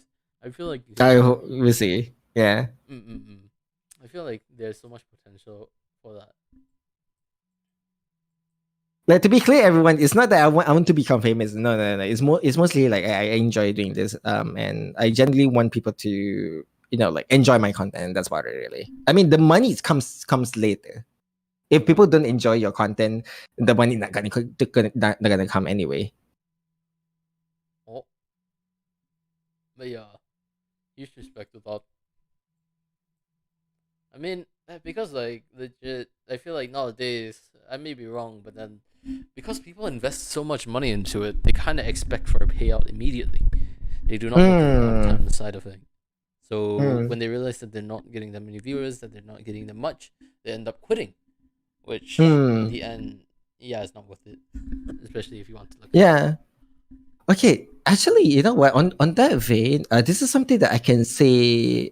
If you guys are watching this on my stream and on Mysterious stream right now, if you guys are content creators, yes, sure, it's very easy when people say that. Don't look at the numbers. Numbers is not important, stuff like that. I know for the fact that you guys are definitely going to feel that numbers will eating you like slowly. I know for the fact. I was guilty Yes. of it sometimes. Uh, but don't be disheartened. Don't be disheartened because all you need to have the mindset about is have a consistency. Do something, make some research, and try to see what you can improve. Don't be ashamed of watching a big streamers and see how they do it. Don't be ashamed. I Mm. don't really like watch Pokemon. I don't really like watch Shroud in the first place. I don't even follow those two. But I watch the stream and see where I can improve, where I can grow from there. Because at the end of the day, they know their stuff. Mm-hmm. They know their stuff. They know how to do it. Maybe we're not going to talk about like a face cam streamer, right? Hey, don't worry. Don't worry. So let's say for example, maybe some people will be like, but Aiden, they are cam streamers. Pokemon can just show their bread, and that's the reason why a lot of honey men came in. Okay, fine, fair enough. Let's go to other. Let's go to others, right? Let's talk about Iron Mouse, right? Iron Mouse is very huge. As well as Nyanys, as well as Zentriad, as well as Project Melody. I yes, Where TV did they shoujo start? fellows. Yeah, the feature the fellows, right? Where did they start? Ayumas has been streaming for years now. I think like this year is like the fourth or fifth, if I remember correctly. Dang. Um, she's streamed quite long. And then there's also Project Melody. She was known because of Charitate. So You could you guys say know. the website. Legit. Yeah, I did say that. Because of that website, but yeah, you guys get the point. That's where she got the popularity. Nyanya's because she's been the shit posters cover artist on G2 for the longest time actually. Mm-hmm. Um, I know for the fact that because I was a huge follower for Nyanya's for a long time. Way back in during the days of Pom Pom Kimochi, what is sticky stuff on me? Wait. Pon. That was 2013, if I remember correctly. Yeah, yeah. That was like the early days of Nyanya's. Oh, dang. Yeah, that was the early days of Nyanya's. That's how long I was following Nyanya's. So she already have a follow base over there. So that's the reason why it's really easy for her to grow. Zentray, I'm not really sure though. She definitely started from somewhere, but I'm I not really heard that she sure. started off from like not even text to speech, but like as a complete mute. Ah, I see, I Mute see. streamer, Yeah, yeah. basically. So, mm. So yeah, like all these people already have a fan base, and where does it start? Start from zero. Aiden. Be consistent. What? No, sorry, I just had to make a joke. Oh, okay. It started from zero. Yeah, start from zero, zero, Aiden. So have a consistency. Don't be disheartened. Just sure, number will slowly eating you, even though you people say that don't look at numbers, but you just have to suck it up. Be Mm-hmm. like improvise, adapt, and respond to it. I'll say. I'm not the best streamers. I'm not the best content creators out there. But from what I've seen so far, um, that's when like I slowly learn things, and I did make a joke on Twitter here and there, like networking thread, and I want to be friends. Can you like reply to this tweet? Ew. It's a huge scam. Lamo. I still mean it to this day. The best way of networking is just hang out with people, like on Discord server. That's the reason why you join Discord server, especially if you're a content creator. I spend a lot of time with a lot of content creators on the Discord server that I join in. I hang out with Elvin, which is one of my best friends. Karin Kirishime, she made her own Discord server. There's also Nyasara. I also hang out with her. Arman, I also hang out with him. There's also Neko Okami, Oh, which that is a guy. Malaysian streamer that he knows who I am, but I know who he is. Wait, So is I hang that out guy? with him. Yeah, Oh, dang, that's yeah, he's him. crazy. I also know that guy. Yeah. Yeah, I hang out with him. I hang out with Miflu, which is the first artist that I ever fall in love with. I love her art and stuff like that. Well, not fall in love as in like romantically. I mean like her art. You almost But want to say it's I Ara to that. no, she's younger. No worries.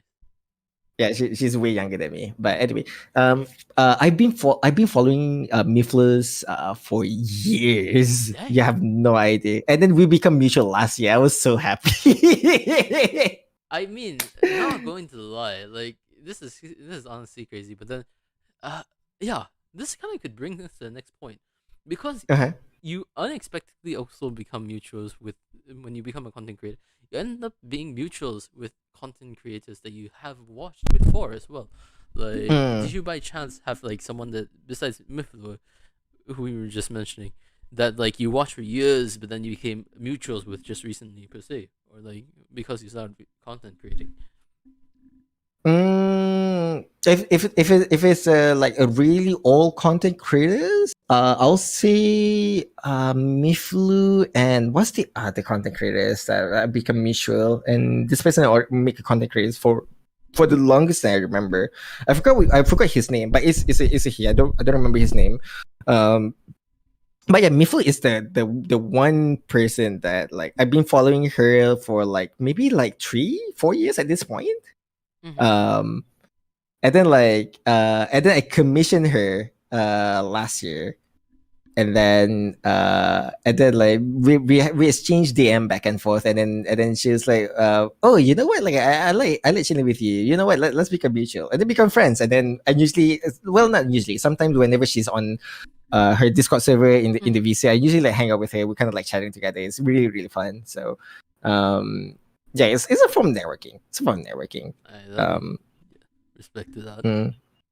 And then like but there are a lot of like newer content creators or newer streamers slash content creations that I be friends with, like Minami Shoko. I didn't realize that she's a Malaysian until she pointed out on Twitter DMs initially, because I just rated her on out of the whim, and then when she discovered I'm Malaysian, she also said that she's Malaysian as well. So That's I crazy. hang out with her on Discord server. So Mm-hmm. yeah, like like when it comes to like networking, I don't get it when the whole like Twitter thread networking Twitter thread, because trust me, 80% of them they don't give a crap about it. I'll be I've seen honest. only.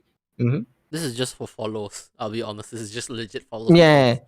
They just want the yeah, numbers yeah, to yeah. look good, but they don't actually really care about the bigger picture per se. I would assume this. Yeah, that's the thing that bothers me, right? There's Mm-hmm. only like two networking tweets that I feel genuinely the person who tweet this networking thread really wants to connect with people.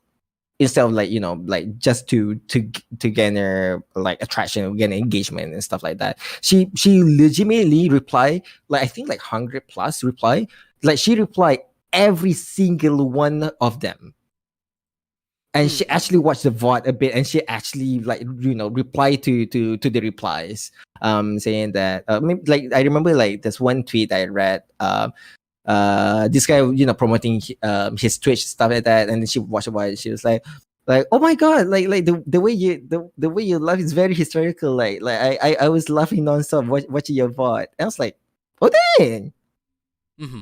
oh dang, that is the proper way. Yeah. I was like, yeah, that's the uh, very like small amount of people who does that, but that's how I want people to network in some sense. My way of network is different from other people, but for me personally, nothing beats communicating directly. Mm-hmm. Yeah, I agree. Like, communication is definitely like the fun part, which is why, like, in some sense, it's disappointing to see like how much numbers have became. Mm, Like, legit, it's become like super. Like I'll be blunt. There's times when you reach out to people, but because of the numbers difference, they would not respond. right. Yeah. And Yeah. then Yeah. similarly, there's people like, for instance, there might be people who just started off like much newer, and then they might have higher numbers, and then they assume like, just because like someone has like low numbers means that, oh, they're like come from like a bad content creator. Like, I wish I would highly disagree. There's so many people that I have really like disagree. yeah, because there's so many people with low numbers, and you don't really know the connections that people have per se, because numbers Mm, don't give the whole story. They don't tell you exactly. who you are connected with. They might have a chance to say who you're connected with, but then, like, say this for instance: if someone was followed by Kizunai, it doesn't mean that Mm, they always interact with them. Just because they're mutuals doesn't mean that they interact with them. Doesn't mean right. like necessarily they're well known. Mm-hmm. But those who constantly interact, those who are like, how do I say, those that are like in the probably like 10 range or 100 range of followers, it could be that they Mm-hmm. also have connections to them, but they Right. just don't say anything. Because I kind of Mm-hmm. feel this is quite normal. Like, usually, one thing, it's just my opinion. Once again, I do apologize. This is probably unpopular. But then, whenever I see people get followed by someone quote unquote big, and I don't know what's the consideration of big nowadays. Like, you see how they on Twitter just like, hey, look, I got followed by so and so, I got followed by so and so. But then, Mm-hmm. how does that matter in the long run, per se? You're not Yeah. them, you don't have their numbers, you do not have their success. Just because you're mutuals with them doesn't mean that necessarily when you collab with them, you'll grow. Like, I'll admit, with the podcast, you can definitely, I definitely admit, collabs can make your numbers grow quite high at times. Like, Mm-hmm. legit, if I have to say, I'll be honest with the chat. Sometimes it's just some of my friends. Sometimes my chat is just consists of whoever is in the podcast, the guest of the Right. podcast. But Mm-hmm. I will guarantee one thing: I could legit say collab with someone. If say like I collab with Kizuna I, for instance, Mm-hmm. I Mm-hmm. doubt that I would shoot past say 1K or 10K in Mm, that one stream. People might definitely. people might assume like, oh, you're gonna go up really high. No, no. Just because someone is like 1 mil, 2 mils, like that doesn't mean that they collab with like a 10. Yeah, you're going to see like a huge growth if you're collabing with someone who's like 10 subs. But then Mm-hmm. if you're like saying like someone with like 100 subs, say not necessarily, because like legit Mm, it works much more differently. That's why like you need to understand like just because you're connected with a mutual that's probably like big, or like just because you think, oh, I'm gonna collab with someone like that, it all in the end depends on you, your personality, because that's kind of like how will define how others see you, not necessarily who you collab with, who you associate yourself with. Yes, in a way it Agree, does. agree. Yeah, it, in the Because end it because does okay, matter.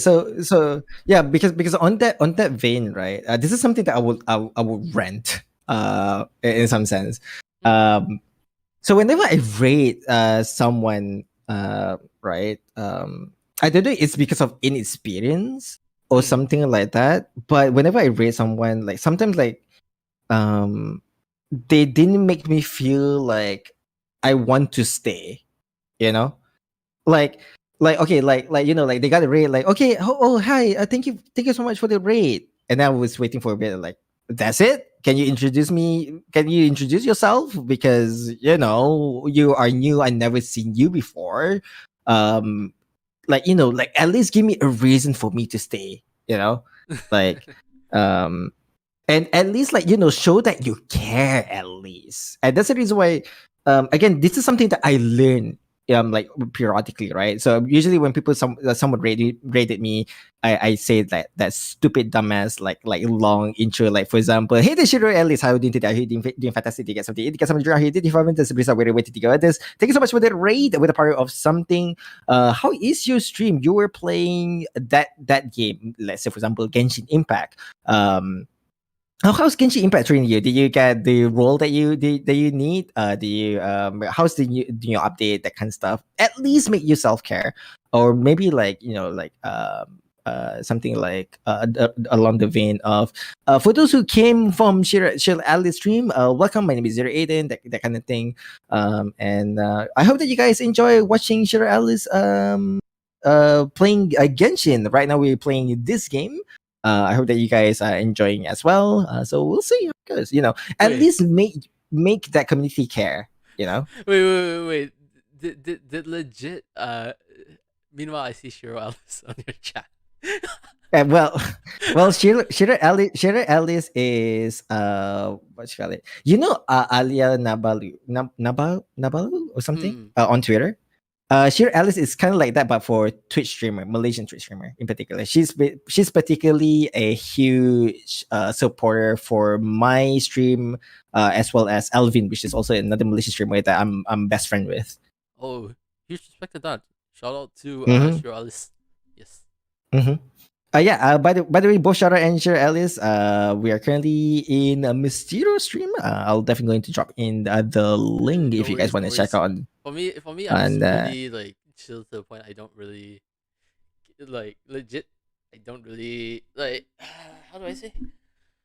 For me, I'm just like way too relaxed about things, which is why yeah, like yeah, it definitely leads like some confusion about people's like, wait, are you actually a VTuber? Are you serious about like mm, if I'll be completely honest, no, I'm not serious about streaming. I am not planning to be like your typical streamer or VTuber per se. I just the podcasts are just for like just to it's like how do I say? It's just a way to find some time to communicate with people because for me, mm, because yeah, work is piling up. I want to find some time mm-hmm, to get to know people, get, right. get to interact. So this is basically the excuse of having a podcast. I Yeah, like fair how enough. everything in the end is just like how to schedule things to make things better, or like because like I feel like everything is overly professional nowadays. Mm, So I'm just trying mm, to just make it chill. People can say what they want. We could say about mm-hmm, anything. There's no main topic, and it's just like that. mm. Again, for okay, again, if you guys are a new content creators, if you guys are also all content creators, if you want people to stay, make sure that you care. Well, that's all I'll say. Um, it is a very very rookie mistake that when people rated you, especially on Twitch, because YouTube doesn't have rating system. But on Twitch, if people rated you, especially with a really huge number, right? Make an impression. Make that when people come over to your stream, make sure that people will be like, oh dang, like this stream is actually pretty fun in the first 1 minute. Ah, in the first 1 minute, you definitely need to have that impression. Oh my god, well, we just first talked things about. first. I will. First things first. I will apologize to chat. I will say this. Most likely, it's not going to be like necessarily fun, because the way with me, I just prefer to have like a regular chill like vibe. So if I do not Mm, reach out, do not, please don't assume like I'm not seeing you. It's just most likely I'm just chatting or focusing with the person. This is also one of the reasons why I tend to prefer, how do I say, having someone there, because if it was just me alone, it would feel really lonely. mm, That's why definitely, definitely. that's why like for me it's just chill, relax, and similarly is that, because like I will be blunt. Am I really passionate about this? Not really, to be Mm-hmm. honest. I started off only because of a collab.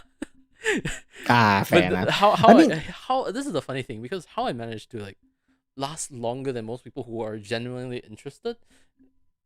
I have no, I have a basic gist or idea of why so, but mm-hmm, this is, my example is kind of like, how do I say, someone who was able to last long even if they have like no interest, or like could be like the opposite per se, like completely no interest in like VTubing per se. Like for me, it's mm, just like the only reason why I started is because the last last two guests, so mm-hmm, basically Yukiyame and Tadano Hakase, they were mm-hmm. legit like going to collab. They were two friends, and I knew Right. that, because they first started off, I felt like, since they don't know each other, then maybe I could probably just squeeze myself in just to make things less awkward. Didn't really help, Mm-hmm, by the mm-hmm. way. Do not try to insert yourself and think that you're going to make things less awkward, because legit, when you're like on a live stream for your first time, you will feel awkward. You will feel awkward. Oh, Uh, definitely, definitely. Definitely. You Yeah. don't understand. Even if there's no one watching, you would definitely feel awkward. Uh, for me, the reason why I'm comfortable is because I've been doing them things like, ahoy, hololive 3期生放射開始完成中放射マリンです on people's streams.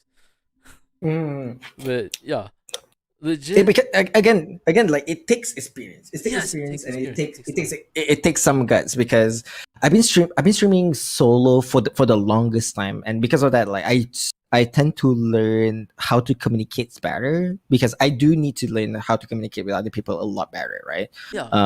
And then when collab happens, that's when like I as a host have to like rummaging around and try to like organizing and stuff like that. With that being said, all this experience is not that is my experience. I kind of like learn over the course of years because I was watching other people's, right? For Yeah. example, I can give you like very good example, right? So Mm. there is one time where um I was having a collab with Miflu. So she's the one who basically the host, right? We're playing Polycentury at the time. Oh, that game. I think yeah. So there are a couple of people over there, right? And then because Polycentury is basically a Malaysian centric game, Oh, like really? like a a kids game, a Mm. squid game, if you will, ladies and gentlemen. Yes, Polycentury can be a squid game if you want to. Anyway, let's beside You the mean a point. Sotong game? Um, but yeah, it gets to a point where Miflu started to realize that, oh crap, Polycentury is a Malaysian kind of game, right? It does anyone can explain how this game works and stuff? And then everyone is kind of like quiet, right? So I kind of like have to step up because I have that kind of like confidence, like presenting and stuff like that. Mm. So I was like, with this kind of tone, you're going to hear this shift tone in the very short period of time, right? So I was like, well, if you guys want me to like kicking her off, this stream, well, not really kicking her off. We already kick her off with introduction stuff like that. If you guys want me to explain how this game works, you guys. I can do it if you guys want. And then she was like, yeah, sure. Will you please like explain to the audience like what this game is all about? And I was like, Ladies and gentlemen, welcome to this stream. We are playing Police Century. The goal is simple. There are two teams. There are police and there is a thief. The thief have to survive until the end of timer, and the police have to catch all the thief. Who will win? This we'll find out soon enough. Whether Mifu will accidentally use her abilities in the very wrong time. There's gonna be a lot of rubber banding. This game is a little bit buggy, but what the heck? We're going to play it. That kind of thing, you know. So the sun changed your tone. Like honestly, Hmm? you don't understand. Um, but yeah, whoever was watching at the moment, the extremely confident voice would help Hmm. grow. Like for me, It definitely, yeah. yeah. I mean, for me, I think it would sound like, "Hey guys, welcome to the stream. How you all doing?" Like that, or like that. Hmm. But I think how I would say like the best example, like I don't do this on my life because the image I portray myself is like someone who's just the minimalist, low quality, low effort, just a chill Right, person. right, right, right. So if I Yeah, were to do definitely. that, it's a huge conflict. But then I do use it. I'll admit, the person that I emulate, like say when I'm teaching or like tutoring, for instance, is Chris Hmm. Fix. To be honest, because he does it really well. Oh, okay. He does it Right, really right, good. right. It's like if Hmm. you really want to like attract an audience per se, you need not necessarily high energy. You don't need to be super energetic, but you need to find a way. Some people like the high energy, like the super like engaging type, but then some Right. people might prefer the chill type. It just depends, and you can't Definitely, necessarily force definitely. yourself. You need to develop. You need to grow into it. Like Definitely, yeah, yeah. and it's best not to. In my this is my opinion personally. It's best not to bring them at the wrong moments. Like if it's like a chill moment, don't just "What's up, guys? Let's hang out," or like let's like that. Yeah, Uh, you kind of have a certain timing yeah, to you have a it. certain timing. Yeah, cause in fact like even when I'm talking about a very serious topic and stuff like that, whenever there's a raid, I'll keep on the serious tone. So I'll be like, hey, hey, how are you doing today? How are you doing? Are you doing? Like, you know, my stupid long intro. And then I'll What be do you mean like, stupid long yeah, intro? It's nice. It's nice. and that would be like, yeah, we're currently talking about something a little bit serious. So if you guys don't mind, if you guys want to listen to the story, please feel free to stay. A little bit of trigger warning. We're talking about this kind of topic, so if you guys feel uncomfortable, you guys can leave if you guys want to. But yeah, I definitely want to address the kind of thing. So Mhm. I have that serious tone, so people will know that, oh crap, like we kind of like in the bad timing, but not really, because he's willing to share his side of the story, that kind of thing. Yeah. So yeah, depend on certain timing. Definitely depend on certain timing. Like if it's like very very hyper kind of like stream, and then when someone rate, then definitely you're going to bring it hyper as well. Yeah, it definitely totally depends on certain timing. Definitely. Definitely. Yeah, like again, like that's the reason why I use Zero as part of my, well, not really persona per se, but Mm-mm. it's kind of habit that well, not really habit, I guess, like it's kind of like a self ego, I'll say, where um if possible, I don't want to show people my weaknesses, if Uh-huh. possible, because I feel like if I show my weaknesses, people will use it as an exploit, if that makes sense. Mm-mm. Mm. So if possible, I will try. Okay, so number one, people won't use it to exploit my weaknesses. Number two, I don't want people to think that I'm weak. So it's mostly like a egocentric kind of reason to it, and that's the reason why I kind of like, it's not that I easily shifted my mood, but I easily shifted my personality. Well, not really personality. I shifted my the way how I talk, the way how I presented myself. Like, let's say for Mm-mm. example, like I was angry in this one guy, and then all of a sudden like this other guy that I have to entertain, and then from being angry, I immediately switched to, like, you know, like friendly, happy, good, lucky person. That kind of thing. Well, to be fair, I never get angry. Well, never get angry. I You do try get to angry, avoid but showing it. very angry. Very rarely I get angry. I usually feel disappointed. Usually, Mm. I'll be like, because for me personally, like I don't really get angry that much because it's very very tiring for me. I'd rather use that energy to solve the problems that the person make a mistake of instead of getting angry at. Mm. So yeah, that's the reason why I very rarely get angry. The only time that I'll get angry is when someone cross a certain line that you are not supposed to cross, Yeah. that I set it up. Yeah, then I'll get super duper pissed. So Mm. um yeah. Also, sorry for interrupting. Yes, hit them stereotype. What? Yeah, me just like the content from nothing under. Yeah, yeah. It's better to hide. I mean, you could hide yourself and surprise yourself from time to time. For me, like, Mm. uh, I'll tell a story after I greet Robert Jackson. Hello, K here. How you doing, K? Mr. KK. Okay. So with my case scenario, I actually, yeah, I can be short tempered, but I try to hide it, especially online, because you do not Mm. want to give the wrong impression, and it's online. Why the hell did you want to care about it so much? Yeah, uh, exactly. yeah. So for me, right, my tip with numbers per se, because it's a bit hard to say because you could technically say A, but you don't really care about like growing per se, and you're trying to stay Mm. small. But I will say Mhm. numbers definitely affect you. Numbers will definitely Oh, affect you, definitely. even if you do Yeah, not. yeah. Of course, I will remember you, Mr. KK. Legit, you were in one of the episodes. You were a guest in one of the episodes. I won't forget you. The music that you made is really wonderful. One thing, yeah, but one thing is legit. I feel like, how do I say? Oh, by the way, Mr. KK is asking how are you doing. Doing great. Just a little bit tired over the weekend. I was super duper busy with business related stuff, but yeah, I managed to get back home. And yeah, with all the energy spares that I have, I immediately press start streaming. Thank you, Coca Cola. Also, welcome home. Yes. Thank you, Coca Cola. I You're not mean, wrong though. be You're not blunt. wrong. Be blunt. Yeah, you're not It's wrong. the You're not caffeine. wrong. Mm, But yeah, mm. yeah. Okay, back on topic. I'm also doing all right. By the way, Mr. KK, thanks for asking. Yeah. How do I say? For me, even if you say that, I still do care. This is why I recommend you just actually. I know it's contradictory to say this, but definitely stay Mhm, away from Twitter from time to time, because like legit, it will bring you down. It will definitely bring mhm. you down if you spend too much time on there. Similarly, I would say, how do I put this? With me, it's simple in the sense that whenever I focus on numbers, I tell myself, look, you're not even really interested in this per se. Why bother wasting your time on this? You're already doing Right. other things in real life, and then that kind of probably just like strained my mind up. And it's like, oh yeah, yeah, true. This is not my priority at the moment.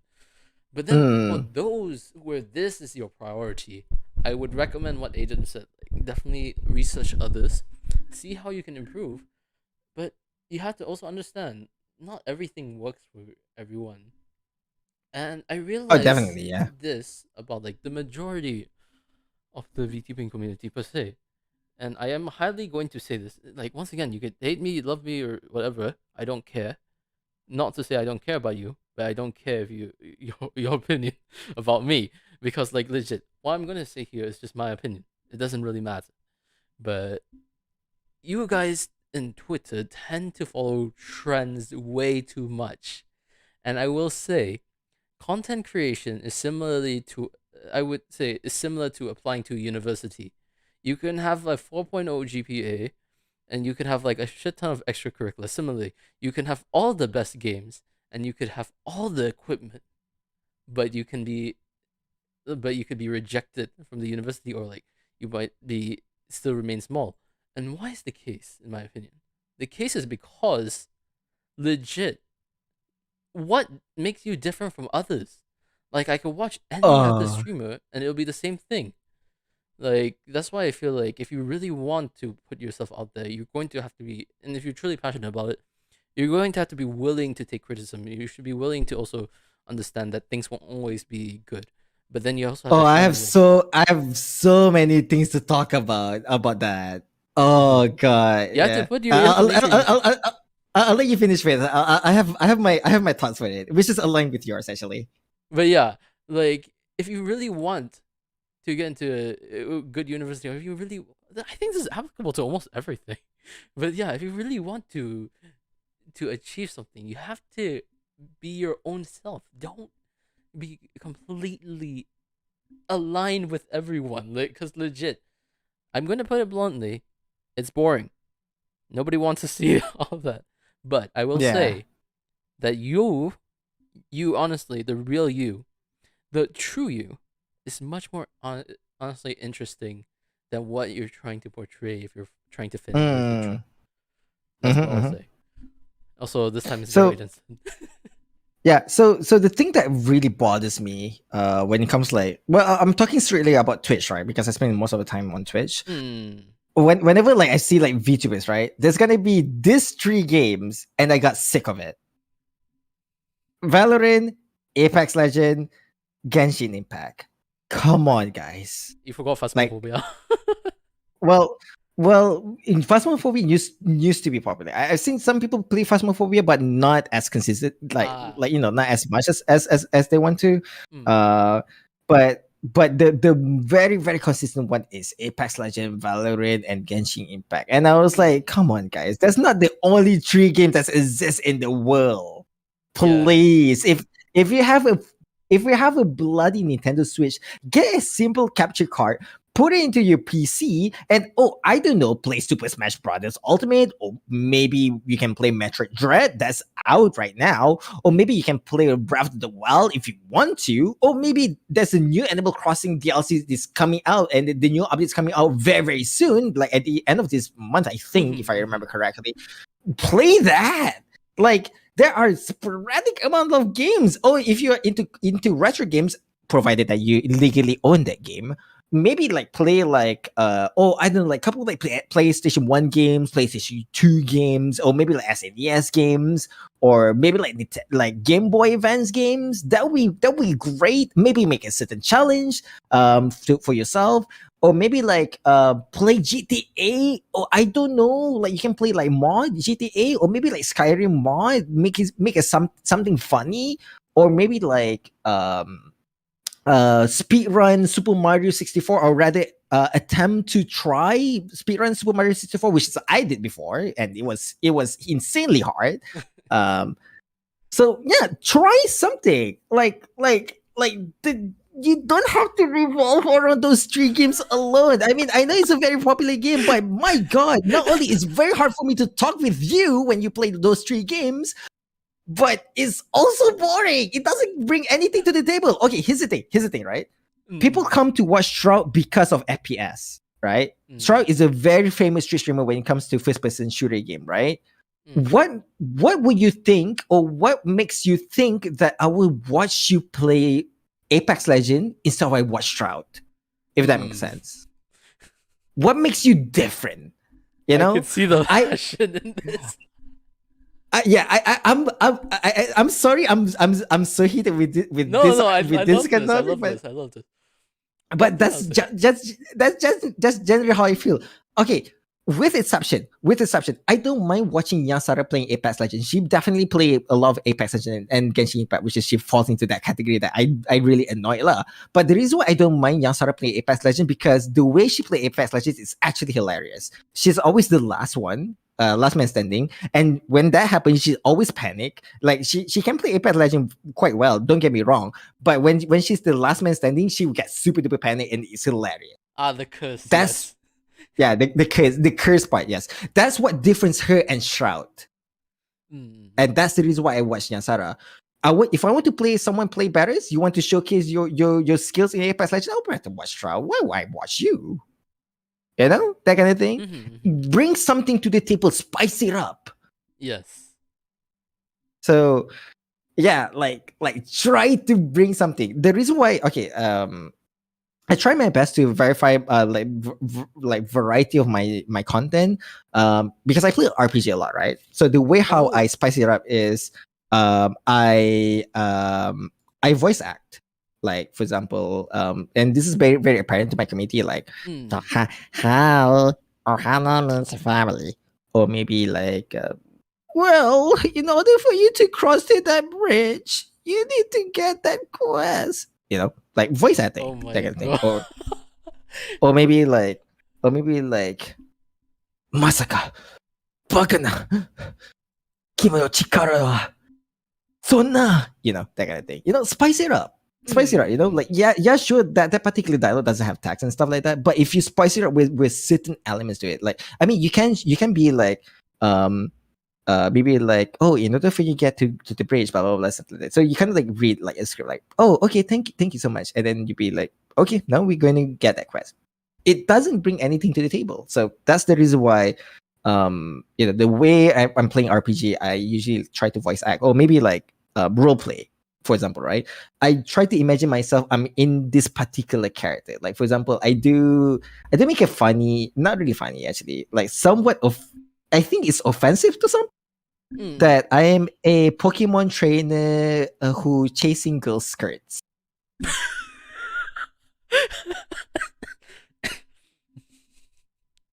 I was playing. I What think I were was you playing. doing? I think I was playing red. Red something. I don't remember, but it Oh, was Fire Red Pokemon Red though. something. Fire Red. Yeah, I was playing Fire Red. I remember. Yeah, I was playing Fire Red. Um, so you as a Pokemon trainer, as a 10-year old chasing girl skirt, it's kind of like it's a bit weird for some people. But I did it for entertainment, purposes. It's basically a joke, but internet is internet. People take it as as offensive, because it seems predatory and stuff like that. So Mm. I decided to scrap that idea. It's really hard to make that kind of joke nowadays without getting anyone like offended. It's way easier way back in the days, but it's very hard right now. But I think it's funny. I think it brings something to the table. I generally believe that some people find it funny, because like in Fire Red, and in Fire Red, if I remember correctly, like your rival, instead of the guy, is actually the female version for your rival. So I Really? basically like, I believe so. I don't remember which one was it, but I basically make a joke like wherever you say, Professor, oh, as long as I can get your daughter's panties, that's all I want. Wait. I think it's a modded version per se in that case. Because if I remember correctly, Fire Red is still. Huh? I Wait. don't remember. I'm not a huge Pokemon fan, to be clear. So Wait. I Let me oh double maybe check. oh maybe Ruby Sapphire, or maybe Ruby Gen Sapphire. I don't remember, female. I think but it I might know. be Gen 2 to be honest. Yeah, it could be Gen 2. It could be Gen 2. I don't remember It's the particularly, but I female. know It's a female. female Female rival. rival, right? Yes, it's a female rival. If you play a male, I think, Okay. if I remember Let me, correctly. because like if I remember correctly, Gen Anyway, 2 is like anyway, in the chat, please correct us. I might be wrong though. yeah. Let me double check. Okay, so rivals is either going to be blue, Trace, silver. I don't know Trace, but Mm. then silver I know. And then oh yeah, May is okay. But yeah, it's a female rival instead of the guy rival. So I basically make that joke.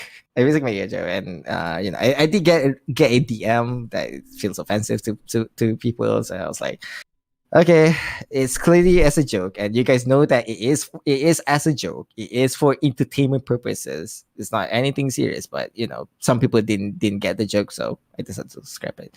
But yeah, spice it up, guys. Spice it up, Mm-hmm. spice it up. Yes, I'll definitely try to make things interesting. That could or that could not. That might or may not be like something you would do, but then at least it's different per se. And I feel Mm-mm. like if you do that, to be honest, you'll get along with Signet. Yeah. But yes, it's of course joking about that guy. One thing I say definitely, yeah, because the RPGs I have, I actually have the original Dragon Quest and Dragon Quest Mm, 2, Dragon Quest 3 and 4. And I have the right, original Final Fantasy. I think I right. could probably play that and then pretend to look like Definitely, yeah. Yeah, I would probably definitely. be I like, th- "Ah woo! It's your wait, what's your intro? Hello there, my oh, name is Zero my Aiden, intro. but call me Aiden for Yeah. short. I'm the captain of the airship called Wishmaker. I'm half cat, half human. The tail is fake, by the way. Don't ask why or how. I'm a Malaysian PNG tuber. Yes, it is a thing where technical difficulties will occur occasionally. Since there are a couple of Patreon and cruise members in the ship, please be mindful of others and behave appropriately. If you want to check out my lore, I made a visual novel called Wishmaker. Let's actually try that out. Sure, sure, sure. In that case, yeah, if you guys want to make content, play Wishmaker. Yes, I would much rather. Oh, okay. So the visual novel is also is an interesting story as well. Actually, uh, so I make a visual novel because it's for my debut. Wait, what? Okay, never mind. This guy, like your typical debut, you see people like trying to unlock avatars on this guy. Yeah, Meanwhile, visual novel. yeah. What? Yeah, okay. Here's my thought process at the time, right? I still remember till this day my thought process. So Alvin, the one who made my model, she was like, "Okay, I done it with your model. Here's your model, right?" And stuff like that. I was like, "Yo, you don't have to do this, but I'm gonna use it." So I was like, "Okay." I've seen a lot of people like announcing their debut stream like on Twitter and stuff like that, right? And I was like, "This is boring. Like, this is boring." So I decided that what. I'm not going to tell anyone on Twitter, at least. I'm not going to tell anyone when's my debut stream. I'm only going to announce my debut stream on my visual novel. In order for you to know when my debut stream is, you have to play the visual novel until the end. That's it. I'm not going to announce anywhere else. Play the visual novel, then you'll know. Oh my god, that is actually pretty cool. Yeah, because here's the thing. Not only I'll know who actually care about my content, but also it eliminates people who just want to jump over my stream because of my model. If that makes sense. Mm-mm.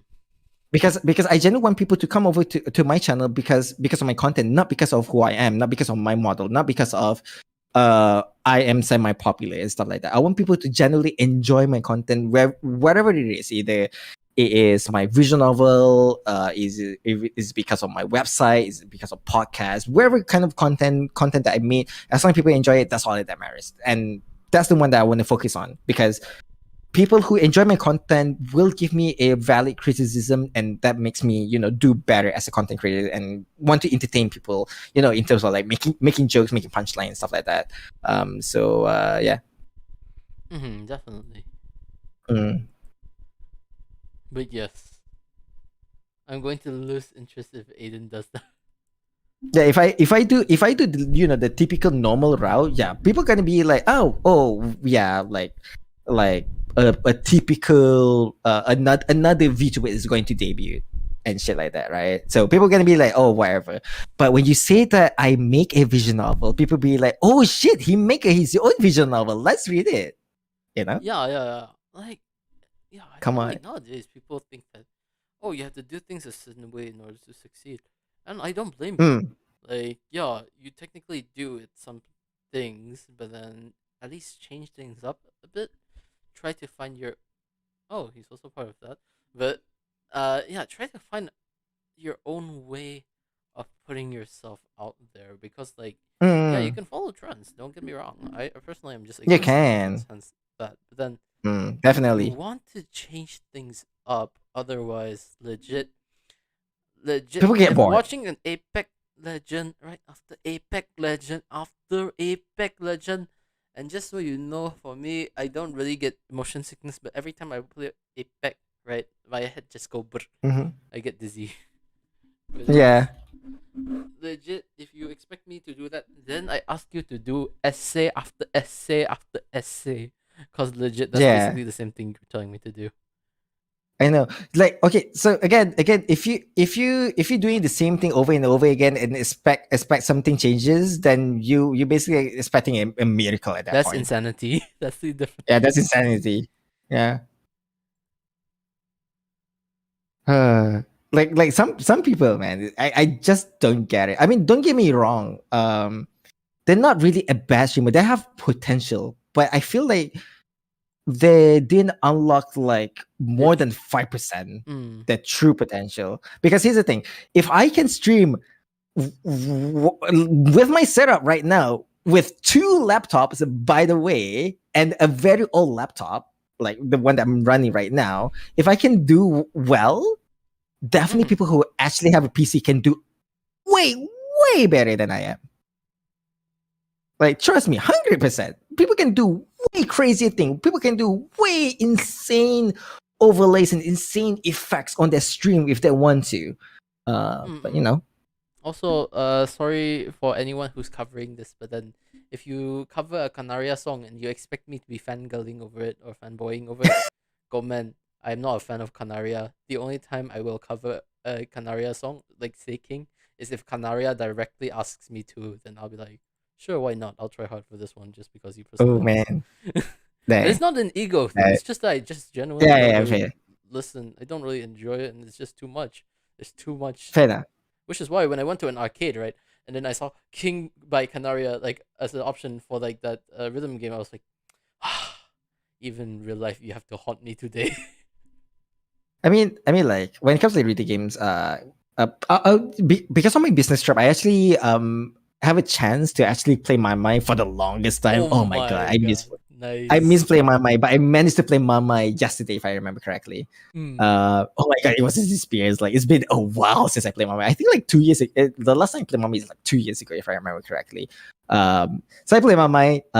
There is King, but I was like, skip, whatever. I'm gonna play. I'm play some songs that will genuinely break my hands, like the Lost One Weeping or um I think Flower.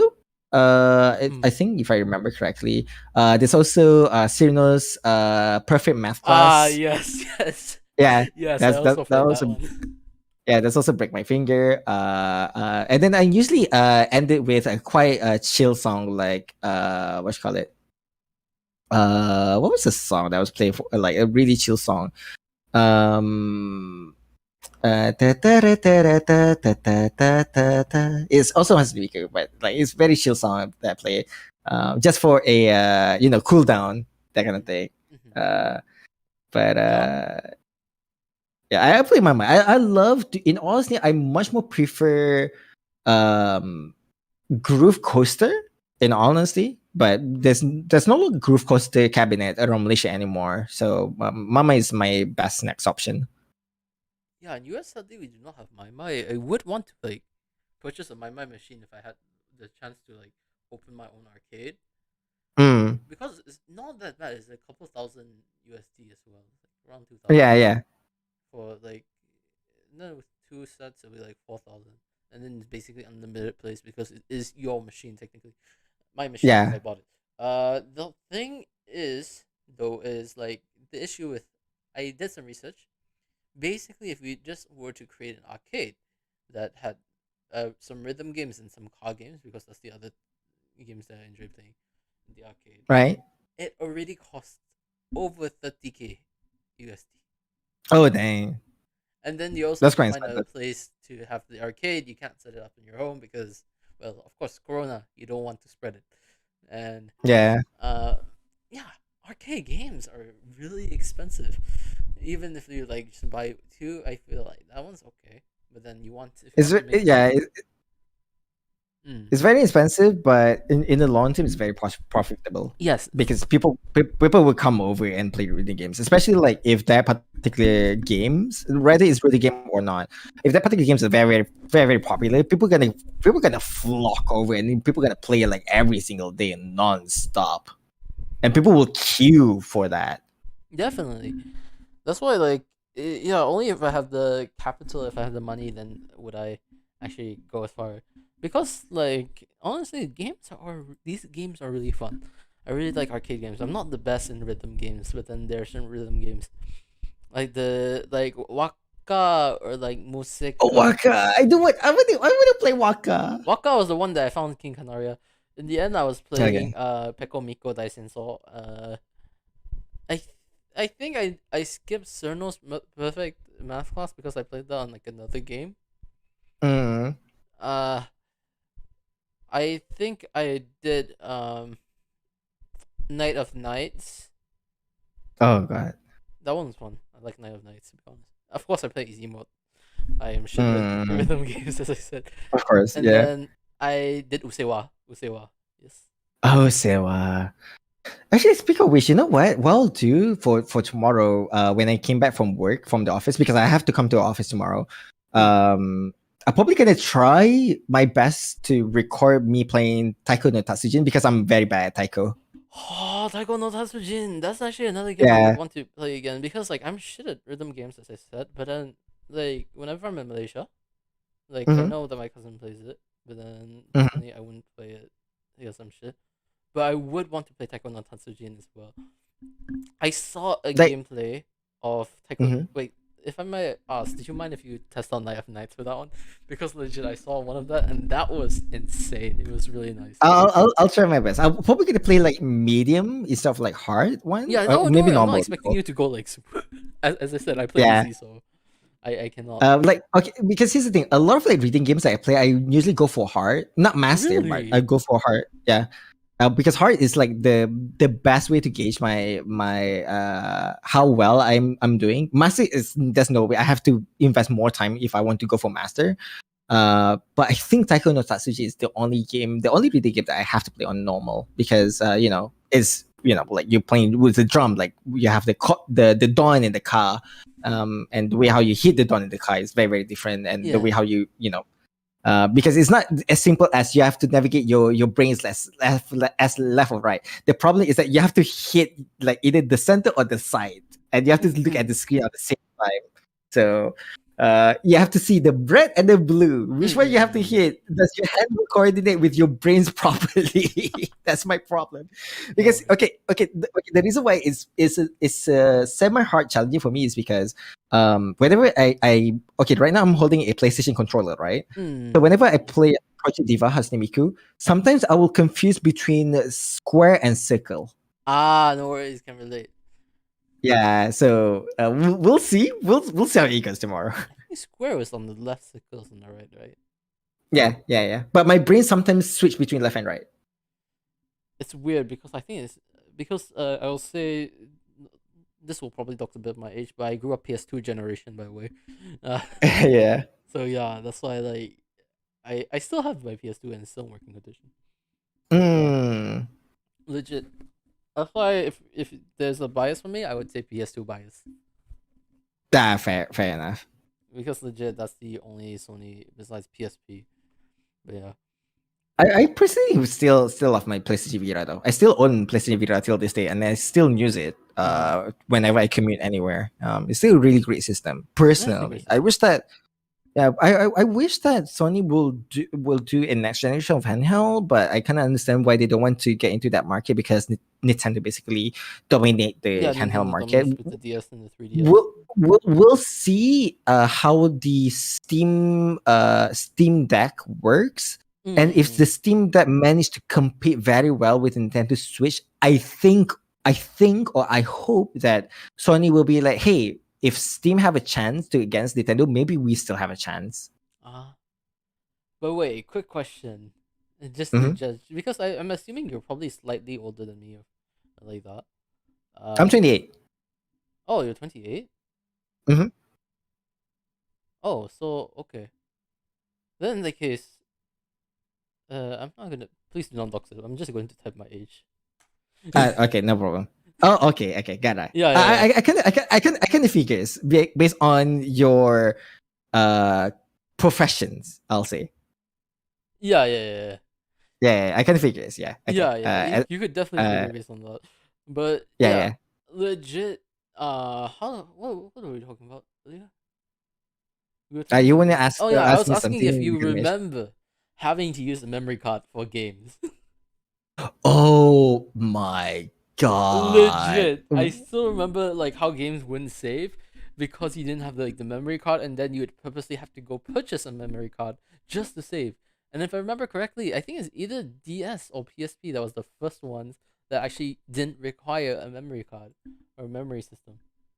It's so bloody annoying because like okay, so here's the thing about like memory card, right? Like Mm. um I haven't jailbroken my PlayStation Vita until when they ended the support. So when the support was ended for the PlayStation Vita, I basically jailbreak it, well, quote unquote jailbreak it. I'm basically modded my PlayStation Vita, right? It's not for pirating because I do own a couple of like legitimate copy of the games that I have, Mm-hmm. like Travel with Cold Steel, Demo, Last Reborn. I still have like the legitimate copy. I do lost some of them, but I definitely able to get it back if I try. Mm-hmm. Um, but man, my PlayStation Vita makes my life so much easier. I don't have to switch my cartridge. My size is double than the standard PlayStation Vita memory, which is by default is 8 gig. Mm-hmm. Uh, so you can install like bunch of games inside your PlayStation Vita if you want to. So it makes my life a lot easier. Yeah, sure, the battery maybe it sucks because it does consume some batteries and stuff like that. But at least like when you commute somewhere, at least you have a bunch of games that you can select that you can play if you want to. Just pick one and then go nuts. Definitely. But Yeah. yeah, this is like this is crazy. I still remember that age. I still remember that age. That was like legit. It's a bit biased because of me. You could argue like the 1980s was like the peak of gaming. Well, I would say that's arcade gaming, but the 2000s, I say the 90s, the early 2000s. Yeah, around that time I was see like the peak 2000. Yeah. of that's like the peak of console gaming. Even though Yeah. like right Yeah. now it's Yeah. like that. Right now it's like PC gaming per se, but I would say console gaming Hmm. it was perfect because like right now nowadays you don't really need to do anything, but then there's a lot of technical stuff that you learn if you like play the old games. Like you had to set up like a lot of things. You had to put pieces together. You had to plug in a lot of things. The audio wire. I mean you still have to do it, but then nowadays there's a lot of wireless stuff. But I still remember like you had to plug in uh the audio connection, Mm, video yeah, definitely. that, and then there's the power as well. Sometimes because the power is different, you have to plug it into like a Mm. what was it? A transformer. Then you'd also plug in your game controller. Sometimes because my game controller, some of the buttons aren't working. Hopefully, I could get it fixed. Um, Right. Yeah. and legit, there's also then you put in the memory card and you put in the CD. Man, that is so compared to now where you could just download things and like there is so much that you do, but then it's part of the Mm. fun. Like do you I'm not sure if you remember like wiping the CD on your clothes before like putting it in there just to make sure it reads better, or if you like held the Oh, top of right. the Yeah. Yeah. PS2 like while it's like running just to make sure the red screen doesn't pop up or it reads Yeah. properly. Yeah. Yeah. I don't know how that all Yeah. started, but then it's like, man, this brings back so many good memories. I remember like one of the disc cleaning things that I have. Well, not really disc cleaning. The disc tray cleaning stuff. It's Mm. basically a CD, but they have brush like on the bottom side of the disc. So I was like kind of like put it, and then it kind of like spin, right? So I kind of like have an idea. I have having this idea of like, okay, maybe it will spin and it will stop. That means that it is done, that kind of thing. But it's actually play a animation where it will clean inside the disc tray, and I was like, what? It's so hilariously dumb, but as a kid, I found it amusing. That is crazy. Yeah, like it have a brush, but I didn't know that this is actually readable. Mm-hmm. It's really interesting. Like way back in the days, like the old technologies is like very quirky. Mm-hmm. It's interesting and quirky. Personally, it's not boring. I mean, it is bulky, it is weird, but it's very quirky. Mm-mm-mm. But yeah, the technology from then is like super entertaining. Like, if Mm, I had to say, I do miss that time. But then once again, yeah, same. Yeah, this is all nostalgia yeah. because like things are growing, things are definitely like improving. So once again, this is only Mm, things that if you grew up in the the 2000s like that yeah. you'll remember. Like I still remember like when VCRs were dying off.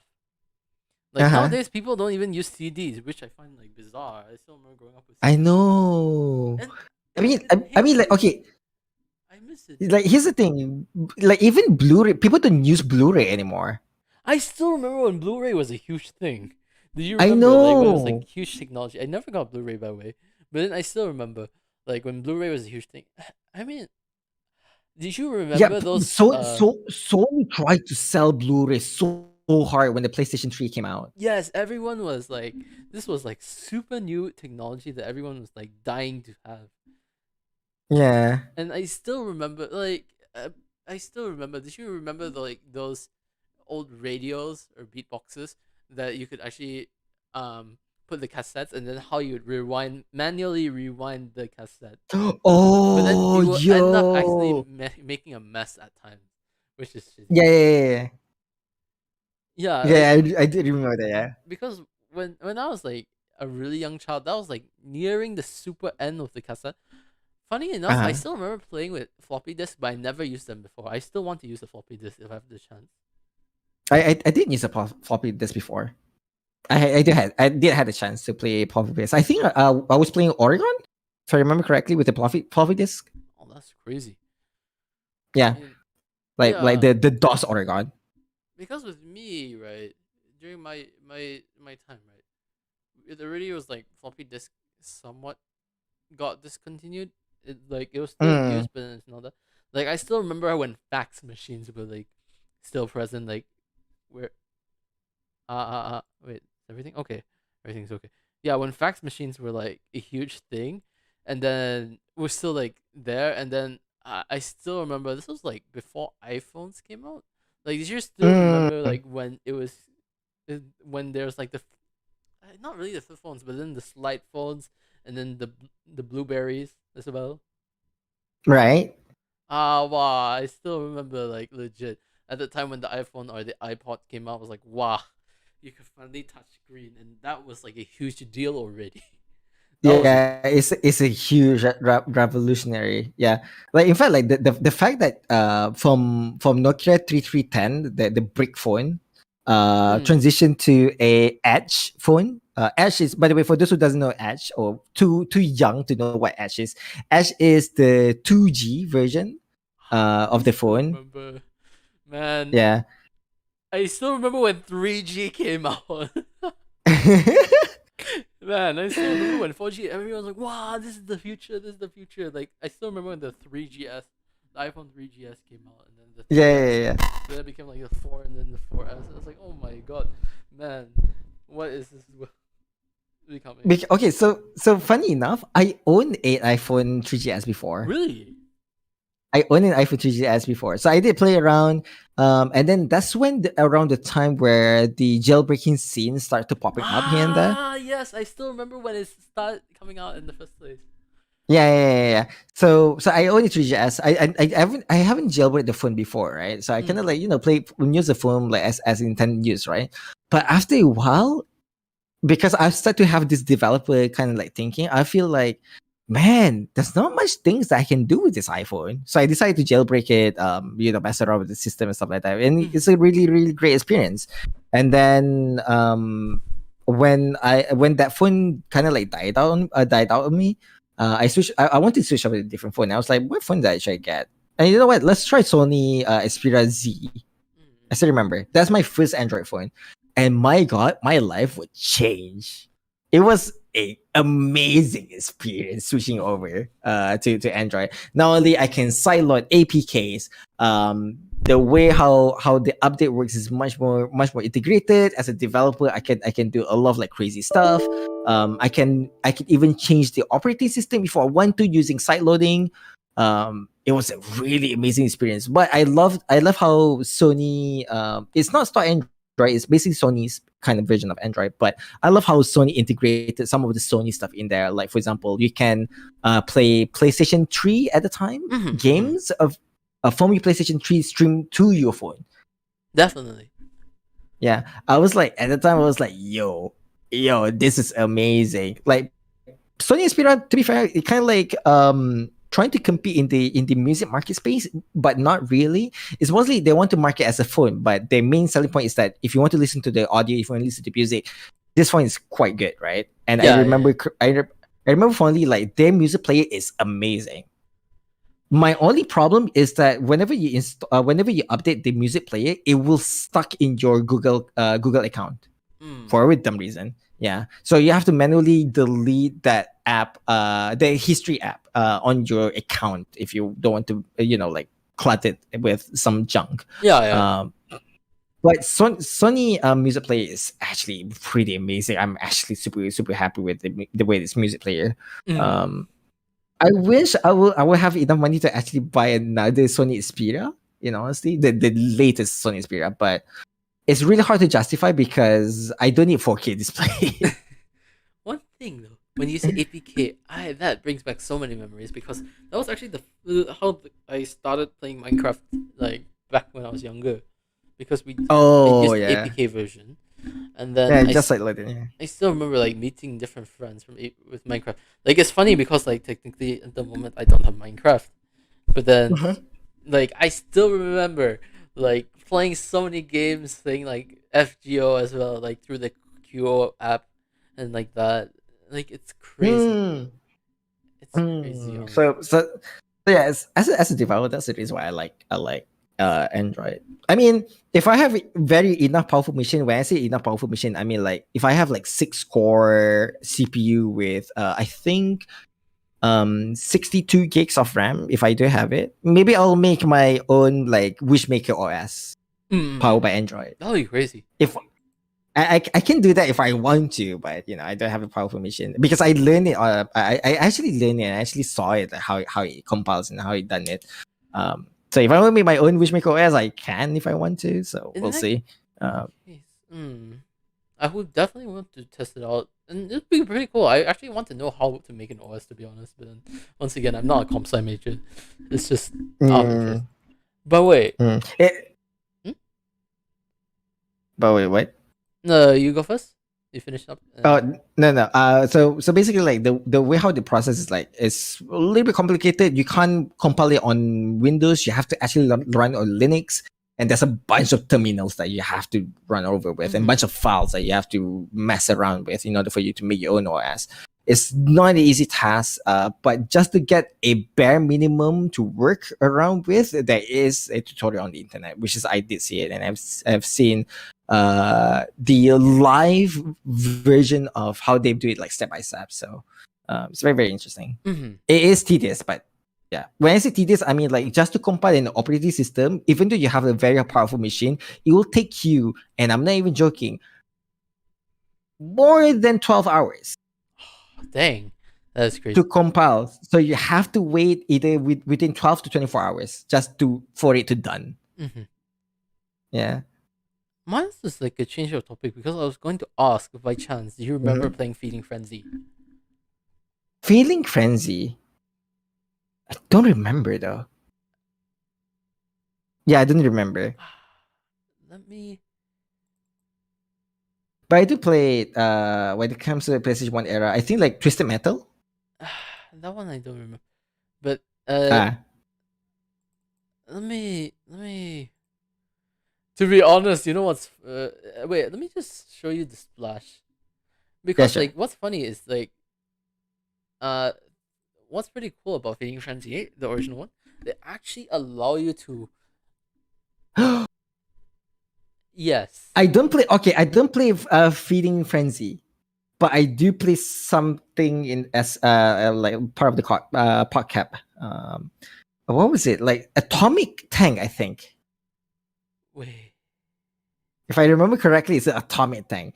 That game is the bomb. No pun intended. No pun Yeah, because the game literally called Atomic Tank. If I remember correctly, the game literally called Atomic Tank, and it's one of these games. Because I'm not really a huge fan of podcast games. My mom is a huge fan of podcast games at the time.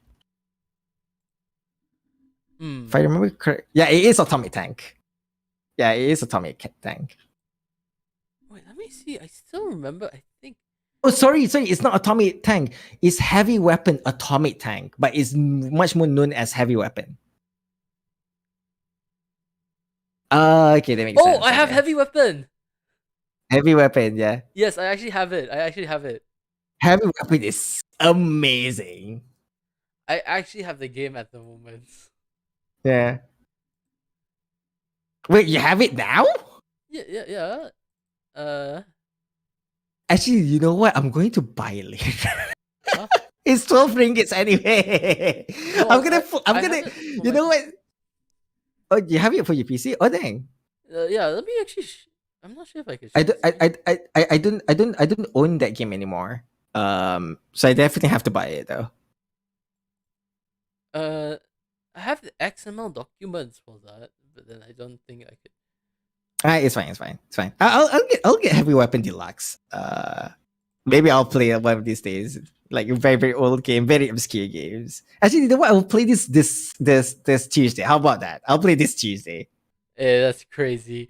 It's funny because like, with me, I have like actually a lot of old retro games. Like Uh huh. I do have like some Pokemon. Wait, let me. Like the reason why I'm not playing them is because some of them are ROMs or like that use emulators. All right. But then like I don't mind streaming per se. Like how do I say? For me, I've actually streamed one emulator game because I do know some people actually do that. Mm-hmm. I've actually played the game that inspired Resident Evil. Oh, It's called okay. Sweet Home, not Sweet I Home heard of it, Alabama. but I never. I heard of it, but I haven't. I haven't played. Not Home Sweet Home as well. But then Sweet Home is the one that's created in 1989. Yeah. Fair enough. Fair enough.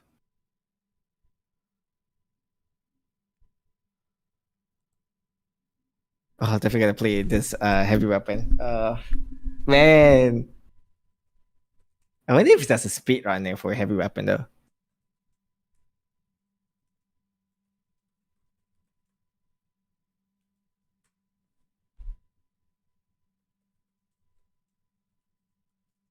Sorry, I just had to quickly.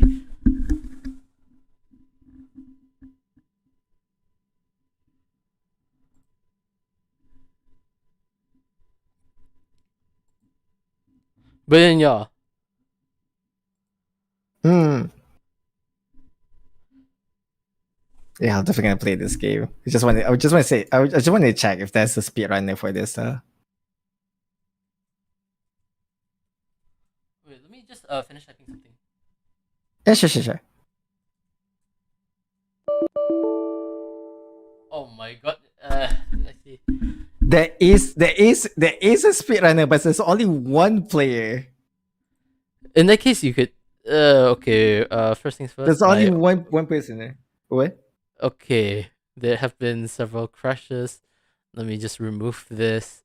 Hopefully, my OBS, because technically OBS says OBS crash at the moment. Oh, okay. So right Take now, your time. it's a interesting scenario. Uh, let's hope for the best. Yeah. Because you're still live for me though. Yeah, I'm still alive because OBS. So long as I don't touch anything, OBS won't crash. Okay, that's good. Uh, unless it's after a while. But then yes, okay, this is good. Nice. But yeah, legit, it is really fun. Not going to lie, the game. Hmm. I'll Like, try to look into Infinite Friendly. I think I did play it way back in the days, but I don't remember because it's very at the time like this kind of game is like very obscure. Like even like Heavy Weapon is very obscure, but I just love this game. I fairly have very fond memories with Heavy Weapon. I played like hours and hours and hours when it comes to Heavy Weapon. Why not?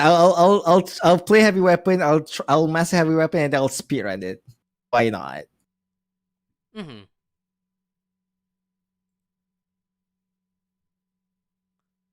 But yeah, definitely. I've never played Heavy Weapon, but then yeah, I'll definitely give that a try. But yeah, Hmm. I also actually technically have the original Mario game. Mm-hmm. Um, Oh really? Oh nice.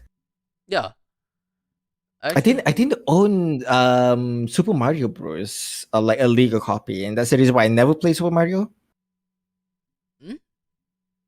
Yeah, I never owned Super Mario. Like a legitimate copy. Like I want to play ROM, but I don't have the legit copy of it, so I kind of like ditched the idea. You wouldn't want to play ROM version or I would play the ROM version, but it would be best if I have the copy of it at the very least. I know for the fact that there are a couple like stores who actually sell SNES cartridges. I just need to contact the guy if they do have Super Mario Wait, do you have the ROM at the without the moment though? box. At the moment, no. Do you want me to give you the ROM? For Super Mario, nah, it's fine. I don't want to focus on Super Mario for now. I do want Okay. to focus on Pokemon though. Oh wait, in that case, I could also give you. I do have some Pokemon as well.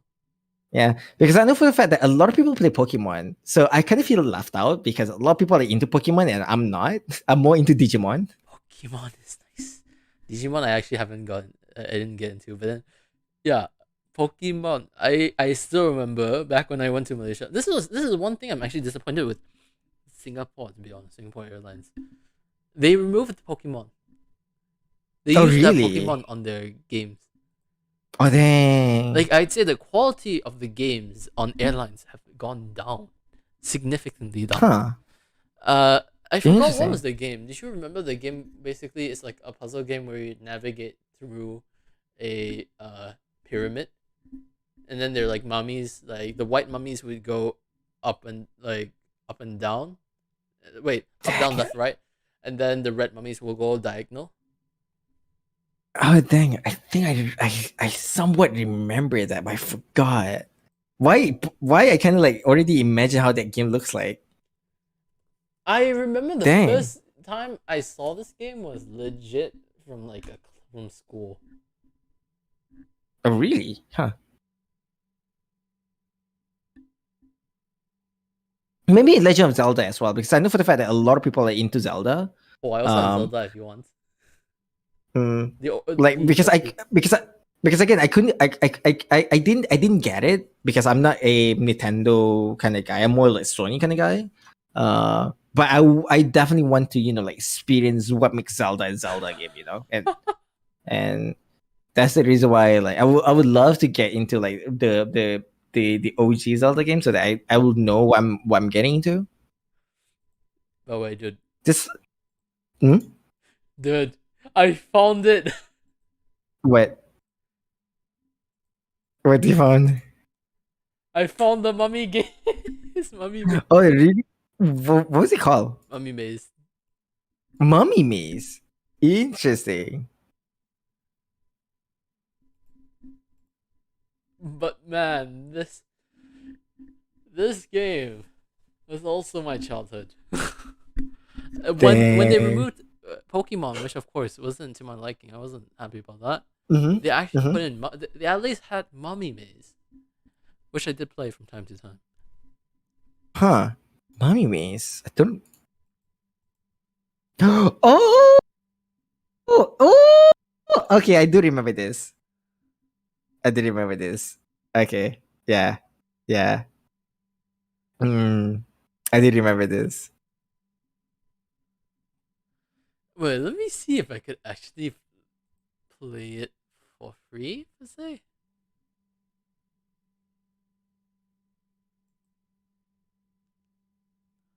You could technically download. I'm not going to. But this brings back so much. I know, right?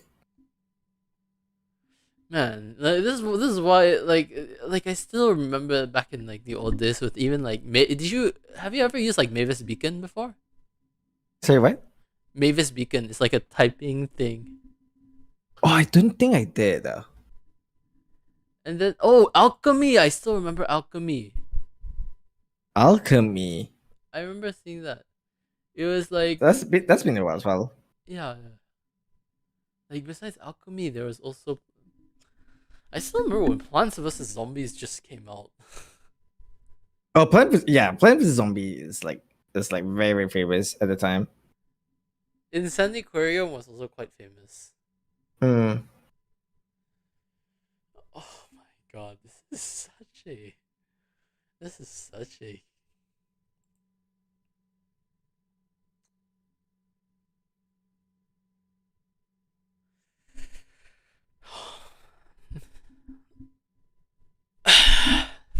my bad. Trip to Memory Lane. I almost knocked something down, but then yes, this is like Yeah, bit. a huge. This is like yeah, this is a huge memory lane trip. Like honestly, Uh, it reminds me back to the old YouTube days when it wasn't super hard to find a video you were looking for. Like oh, definitely, back yeah. before Google owned YouTube as well. Um, Yeah. I mean, I still remember using YouTube to as early as age 4 or 5. Oh, So interesting. yeah. I think I started using Google when I was 10, I think. Mm. Hmm. I Or still maybe remember 12, when don't getting remember. an email was a huge deal as a child. Oh, I created email when I was 12. That's Yeah, for sure. That's why I similar with me. remember. I created around 12, 13. Like I still remember I Mm. was like, wait, actually no, actually I think I was much younger now that I remember correctly. Yeah, because like back then they were like, oh, you have to be 13, at least 13 to create an email. Or like, and then Mm. like of course you would create it when you're much younger because you're like you're like wow. And then I still remember when Facebook used to be cool as well. Oh, yeah, definitely. So you started playing Facebook and you start playing games like was it uh what was Ninja Saga. Yes, I still remember Ninja Mm. Saga. Or like Farmville, I think. Farmville. Like those. Columbia is also nice. Yeah, Yeah. I don't have Facebook anymore, so I can't play it. But yes, Yeah, same. if you guys have Facebook, or if you guys don't mind bringing it off Facebook, I want to play. But yeah, legit. Another thing I would say. Quick question: you say you play RPG. Have you ever gone into RuneScape before? I did play a bit, but I do intend to actually get into RuneScape like one of these days. Actually, like the legacy version. Oh, you're going to play OSRS. I think I'm probably gonna get into that as well. I think, but I'll see if the legacy version is still there is like a community in legacy version. If there is, then I'm probably gonna get into that for a while. Then I will jump into that. Yeah, because with the legacy version, like I prefer legacy mode, but then my friend told me to shift, so I'm using Revolution. Uh, Mm, it's because once you get to like the higher levels, when you have to do bossing and like that, it's extremely difficult to do in legacy mode, because like correct. Yeah. yeah, it's designed to be in Revolution or like EOC. Mm, But then right now the cost is like the market in RS is way too high. Like to buy like membership, you need around like 37 million.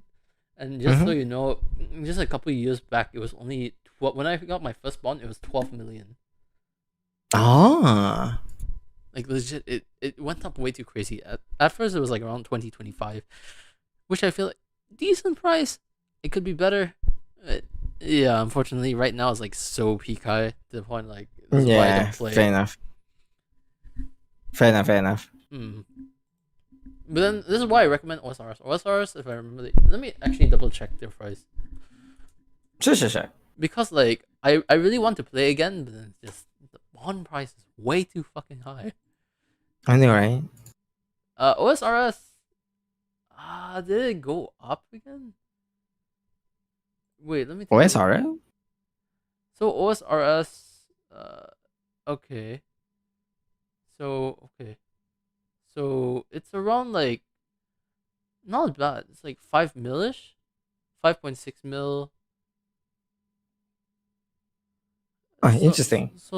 the last trade was 5.2 mil, which isn't too bad. Last time the cheaper one I got was like 4 mil, Mm, the 4 mil plus, and then that ain't too bad.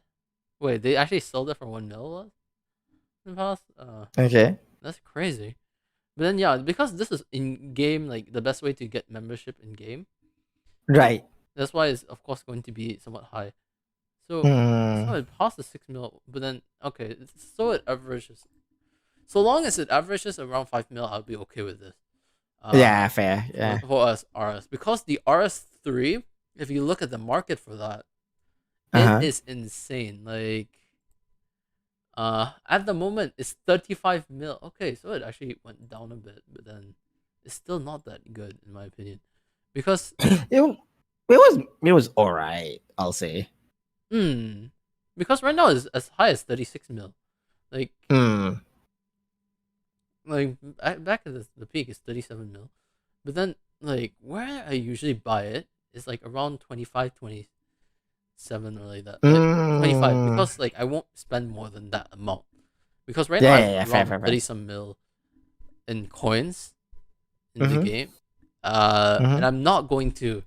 And the reason why I didn't buy a bond at the time was because it was 27 mil, and I'm not. Mm-hmm.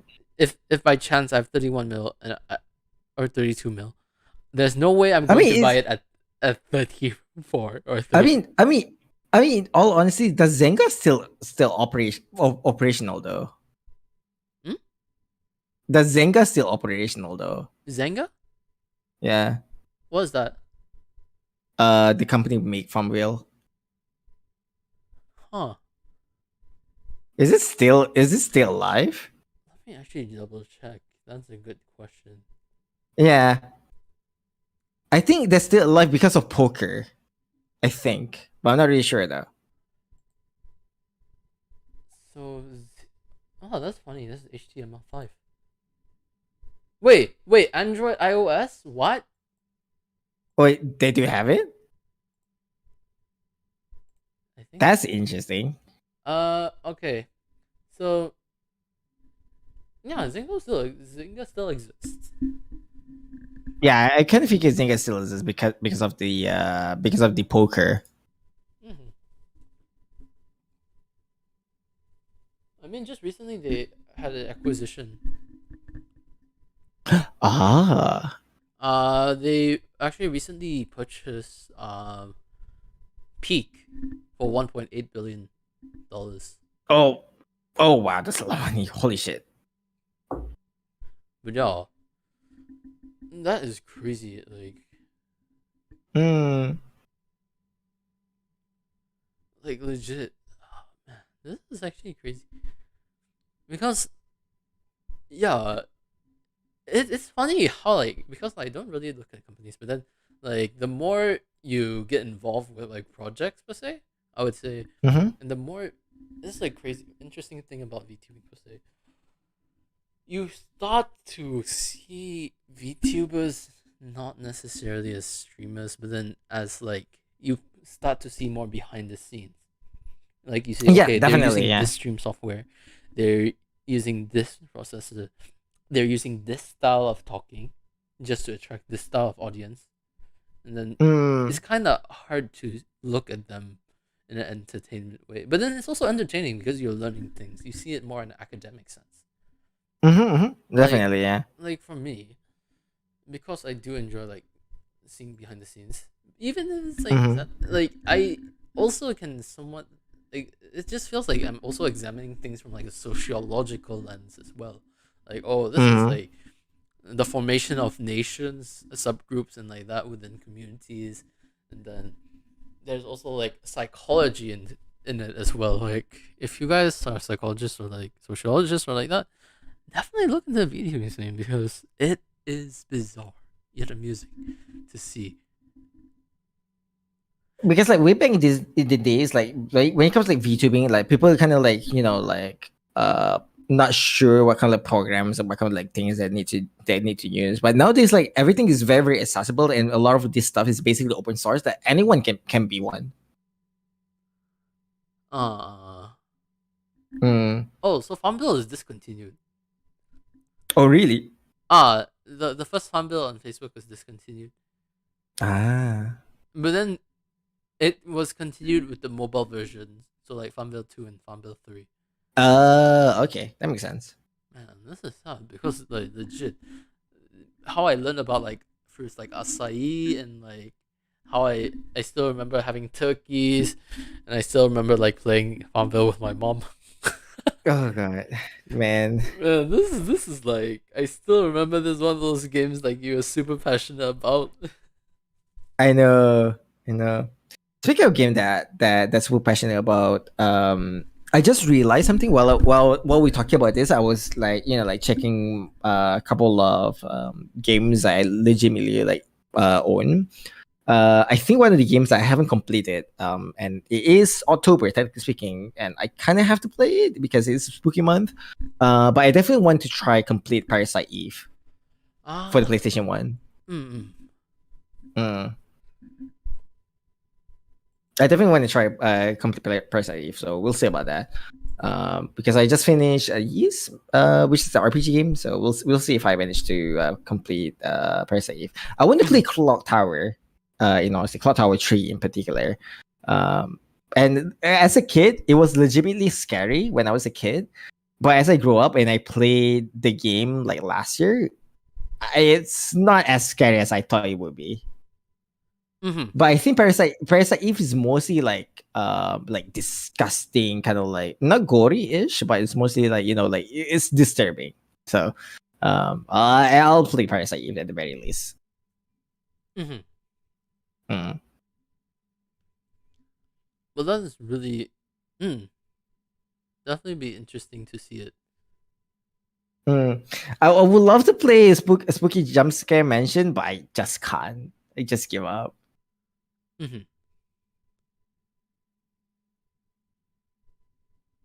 I mean, like legit for me, I wouldn't dare to play jump scare. Yeah, yeah. I get spooked easily, so I mean I don't mind Resident Evil in honesty. Resident Silent Evil. Hill a bit. Silent Hill, actually, I can't play Silent Hill. Actually, now I think about it. Resident Evil, yes, I can, but not Silent Hill. I remember particularly there's one Silent Hill game that is basically messed with me, which is Silent Hill Shattered Memories for the PlayStation Vita.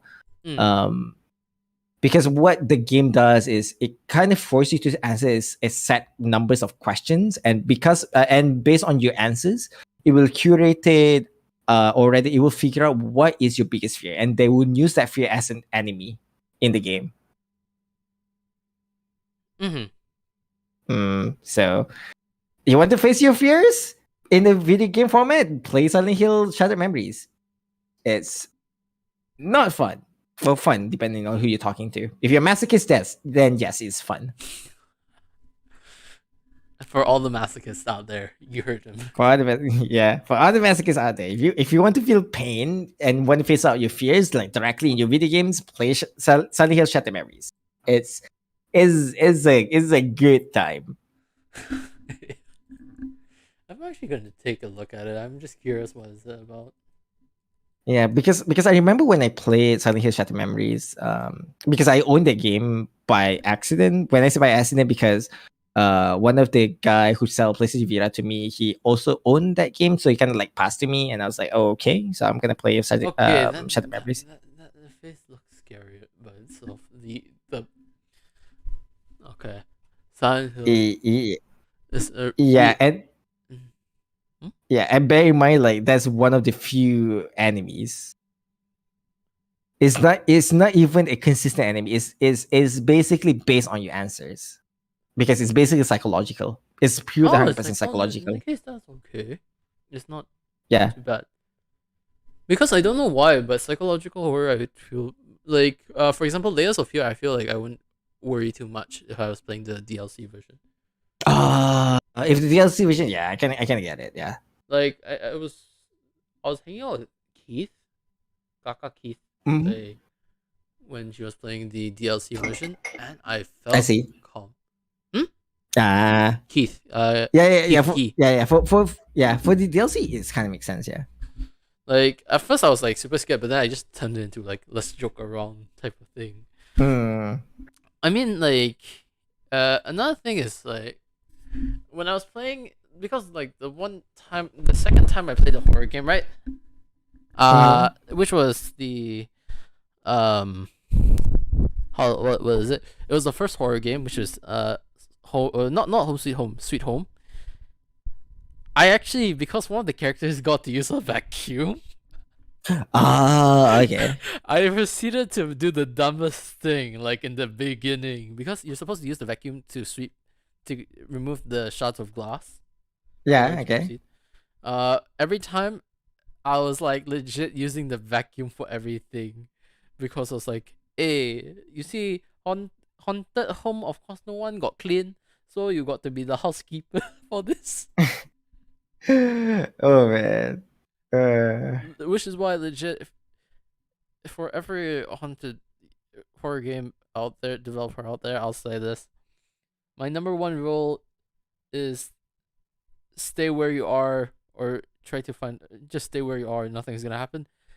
I'd recommend try to do like a jump scare method, like where if you stay too long, it would jump scare you. Because Uh-huh. the smartest thing I'd say if you want to avoid getting jump scares, people don't move, or people don't like, Right. Correct. yeah. But then if there's a possibility of getting a jump scare either way, that would Mm. that would definitely make it like a really. It depends, because you're going to also have to change things up. If it's just one jump scare, people are going to get used to it.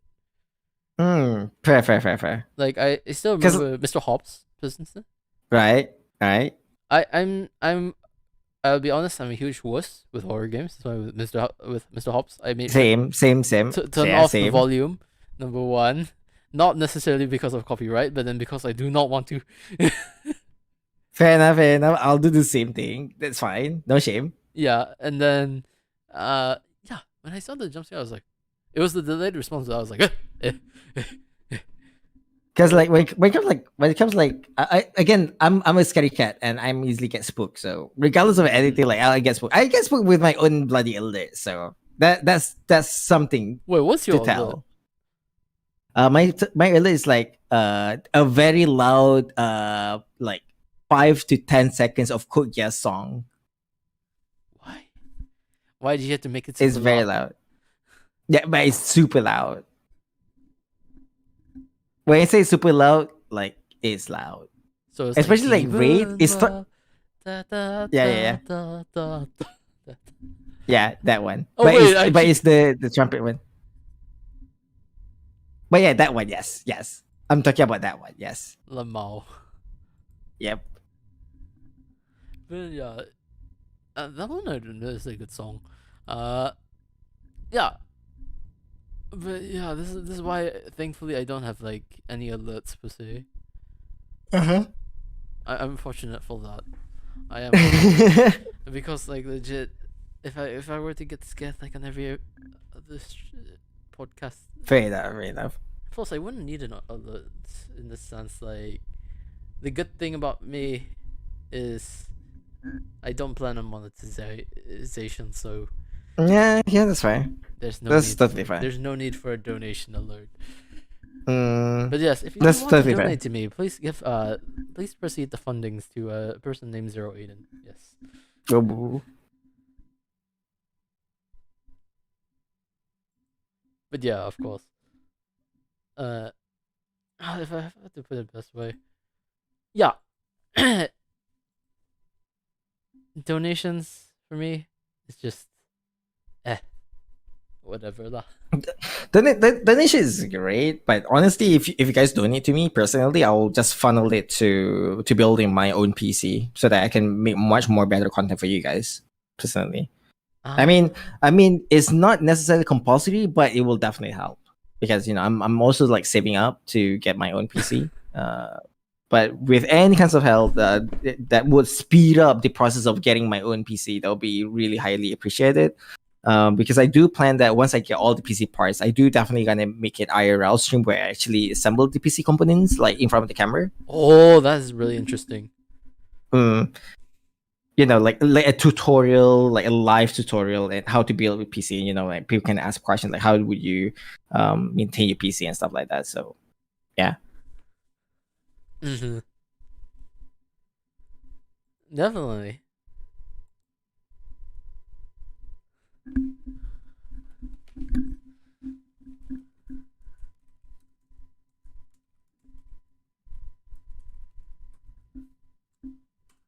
Sorry, I had to type something. But No yeah, problem. legit. This is why, like, whenever, this is why I feel like with alerts, you should probably do something that would make you laugh. Like, but in a way, it's also bad because Then if you have like friends like me, you'd basically torment them about their alert. Yeah. But then like okay, for now I'm gonna use this early. But if I like get big and I will always get follows and gifted subs and stuff like that, I'll definitely going to change my elite. That's for sure. Yeah, yeah. Yeah, because like because it's so bloody long. My elite is bloody long, so I'm definitely going to change my elite. So, but if I get that much of like donations or subs or gifted subs and stuff like that, I'll definitely going to change to something a little bit subtle. Mm-hmm.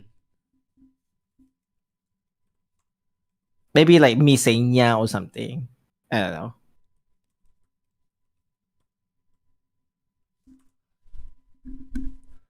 Yeah, but if you want to change it into something subtle, what would it be? Would it be something Lelouch says? Mm, I'll say the the Gias sound, the Gias activation sound, like pshoo, that kind of thing. Yeah, maybe that one. In that case, That's a little bit subtle. mm-hmm. Yeah. Funny thing, I still haven't watched Code Geass. Code Geass is amazing. I know it's really a long burn to a lot of people, but trust me, the end is very worth it. Meanwhile, Because I mean, because then you start to connecting the dots all together at the very final episode. meanwhile in my chat, he's saying like the guy's saying, "I really can't take Mysterio seriously." So okay, to give background, it's also because like legit when you're talking about like donations and super chats, like it reminds me about this guy because his choice of like alert noises are interesting. Okay. Okay. Oi oi oi! Stop! Don't tell him. Okay, sure. I won't say. But yeah, this guy, I would say that whenever you mention his alert or like that, he starts laughing. Huh, interesting. Yeah.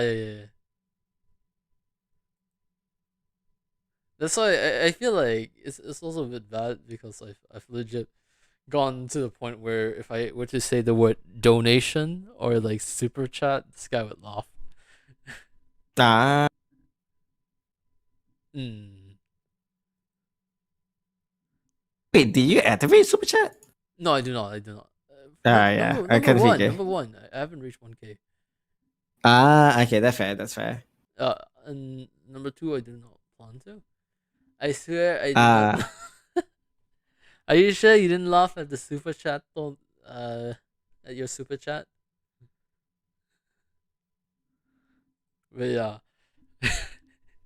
But yeah, the guy legit. If I had to say, his choice is interesting. That's why like every time, like you could probably see if like the guy's name is Asula.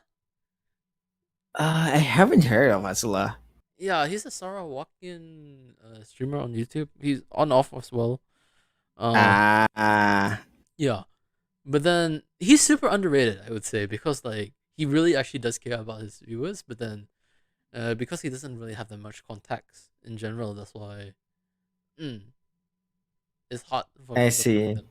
Which is why I definitely would want to promote the guy if possible. Uh, Hmm. I mean, in honesty, I tried to look at Asula, and all YouTube gave me is bunch of Asuka. okay, let me just send you the guys. But one thing you might not like is he has like one Genshin stream. I mean, one is fine lah. It's not like every stream, But then the guy, unless there's one that I actually also voice acted as Sayori and uh Monica from Doki Doki. oh, okay. It's basically this guy. Uh, yes, he actually uses the Asuka Langley model. Uh, Okay, fair enough. for his avatar. But yes, today we're gonna promote. Hey, don't if you delete your entire channel, I'm deleting mine as well. Well, of course not. But then, yeah. You guys are fine. Yeah, it's all fine. But it's funny because like legit the shenanigans that people do or that, that are done on this channel are bizarre. Fair enough.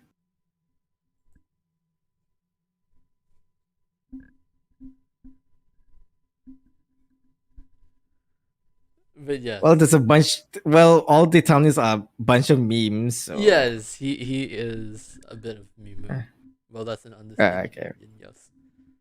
fair enough. Okay, let me actually Asu, I'm actually going to sorry about that, but I'm going to promote you at the moment. Uh, yes. If you guys want some entertaining content, check out Asula.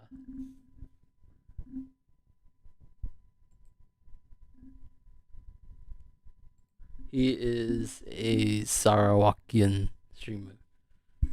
Anyara ho. But the one I'd recommend would be like uh what was it? The cursed Doki Doki literature one.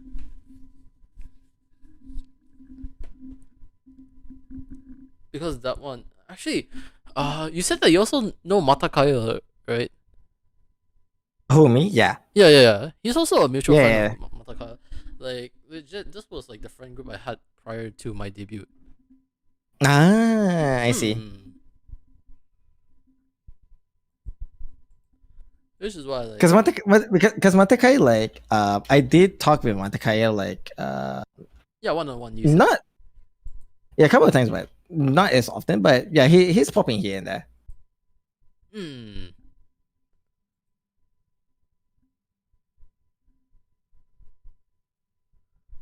Thank you, but seriously, Mat- hey. But then who is the person that tells me not to patch my content, even if some of them are shit? This guy. That's a funny thing about this guy. uh, But yes, his content is amusing to a point. That's why you quickly download his stuff and then re-upload if if he decides to purchase.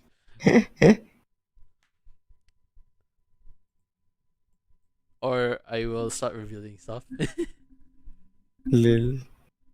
I mean to be honest, I would say that his intro has become like quite in his server. His intro is actually quite like popular. Like almost everyone says his intro. Ah. If you want, I could tell you his intro, but you'll hate me for it, of course. Stop. No, I.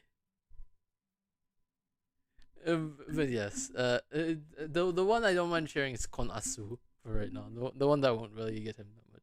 Like every time, like in the Uh, server, because it's like really cursed as well in the server. Everyone's like Konasu, Konasu, and then the guy is like, ah, don't stop with the Asu greetings. I mean, like fair enough. Fair enough. to be honest, I'm sure you don't really use the greetings. Like nobody says like Con Zero or Con Aiden per se. No. Similar. Because like I think already how I projected that way is Uh. like kind of like an idol kind of like vibe to it, and I'm not really writing an idol, so I'm kind of like scrap that idea. What I do say is that nyahalo. Nyahalo. Oh my god, that Nyahalo. reminds me of Kiri.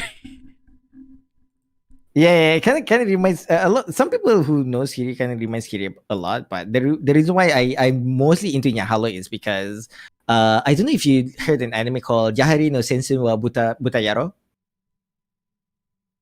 or wait, can you repeat it? Uh, uh, what you call it? Like my love comedy Oh, something Origairu. something.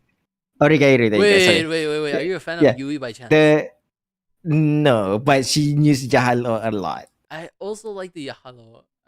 Yui is Yeah. my best So girl. so her Yahalo kind of rubs me a lot. And that's when when I was like want to greet people, I usually start with nyahalo. Instead of yahalo, I kind of like change it.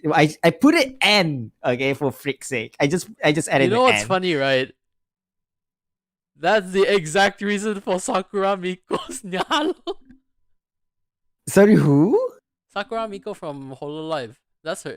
That's the greeting Oh, right. Yeah, because yeah, yeah, you're legit right, the you're right. artist is the same as the one for Yui Japan's. Inigahama Uh, from Oregairu. That's why the nyahalo was based on that.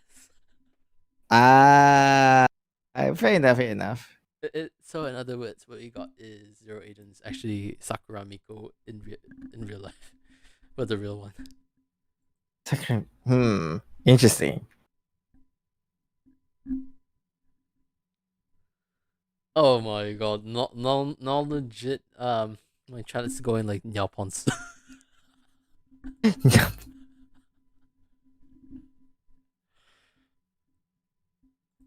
uh, honestly, you guys are more daring than I am. I will say that. Like, wait, does the song Daisy Bell scare you? Wait, what? That's a song that's called Daisy Bell. I look it up on YouTube. I have no idea. Hmm. It does exist though, but it kind of like one of those things that people make a like a spooky, disturbing kind of thing out of like being spooky. Hmm. I'm not really into that kind of shit because kind of like mm, not my kind of content. I know a lot of people are into it, but I don't know. If you guys want to disturb yourself, you guys want to have an anxiety attack, go ahead. Also, here's the thing. I don't really plan on uh actually doing an intro. I don't really plan on doing greetings. Sorry, what? I'm Oh, actually responding to my greetings. chat. I don't plan on having my own greetings. I'm just a regular person. And it's not like every day you go to your boss and it's like, oh, ni haro, or like, con, con something. Mm, I mean, if you are since you are Nasilima, I guess like If I was a nasi lemak, right, I technically don't need to say anything, because the moment a nasi lemak starts speaking, legit nobody would dare to go to the kopitiam anymore. I mean, you can say like hey, breakfast. Oh, Funny thing I was, don't someone know. actually designed an intro for me. It was like, greetings from your woman's nasi lemak. What flavor would you like, Bosku? Would you like Very from school. would you like the was it it was like sambal flavored, or would you like the ayam flavor, or would you like the mysterious mysterio nasi? Oh my god. Yeah, Oh god. that was the quote unquote intro. Uh, isn't that the Gohan isuru ofuro isuru soretemo watashi, but in Oh, your own I think maybe I spin? could do that. Okaeri nasama sengo. I thought that's what I was thinking when you said that. Really. In that case, yeah, I should say okaeri Yeah, nasama do you sengo like sambal flavor? Do you like ayam flavor, or Uh, maybe you want the sambal ni mysterious? suru, ayam ni suru, Yeah. soretomo mysterious. it The fuck, no, I kind don't. of reminds it kind of reminds me of that. So maybe based on that. Probably. I mean, like, Yeah. technically, you could always add the moi moi kyun kyun for like extra flavor. Oh, definitely. I mean, like again, like when it comes to like my intro. Speaking of intro, right? Yeah. So basically, I was like, uh, how are you doing today? I hope that you are doing fantastic. Did you get something to eat? Did you get something to drink? I hope you did. If you haven't, then there's a barista and a waiter waiting to get you this. Basically, like, I hope that you're doing fantastic. Do you eat? Do you hydrate? If not, then just chill around with us. And grab some popcorn, grab some snacks, and munch something and chill together. Oh, definitely. Mm. So at least like when people hear it, like oh damn, like one of the streamers that like when they see if I'm doing okay, that kind of thing, because I'm that kind of streamers. hotness level Yeah. Like, if I were to expand the topic a little bit, I know for the fact that people were talking about parasocial relationship Hmm. a lot. Yeah, I've heard It's like been I've popular. seen on Twitter a lot of people technically say, "Oh, streamers are not your friends." Like that's how people post. For me, if what's funny is my chat is actually my friend. Like because Yeah, yeah, yeah, like for me, I'm not big enough or like known enough to the point where randos come on my stream. yeah. So like majority, which Mm, I'm grateful for, are my friends, which I don't care. I mm, really like that. I'd prefer that to be honest, especially if yeah. I'm Okay, small. so here's my interpretation of the whole when people talk about like parasocial relationship, right? Mm. Yes, I get it. Parasocial relationship can be very, very toxic. Yes, I understand the appeal. But if you talk about me personally, if you ask me personally, I never got into like the whole parasocial relationship kind of thing because I think because number one, I don't think people throw bad crap ton of money at me just to become their friends or just for me to engage with them. That's number one. Number two, I don't think anyone's life changed with or without me. Regardless, everyone just move on with their life. Although it will make their day a lot better. So um Mm-hmm. yeah, that's number two, and number three is I think everyone made it clear that maybe because of my age, because I'm a lot older compared to the rest of the VTuber community. With that being said, there are some people who are older than me. Don't get me wrong, but that is like very, very minority, Mm-hmm. and a lot of the VTubers I was engaged with is like well below like 28 years old, at least from my experience.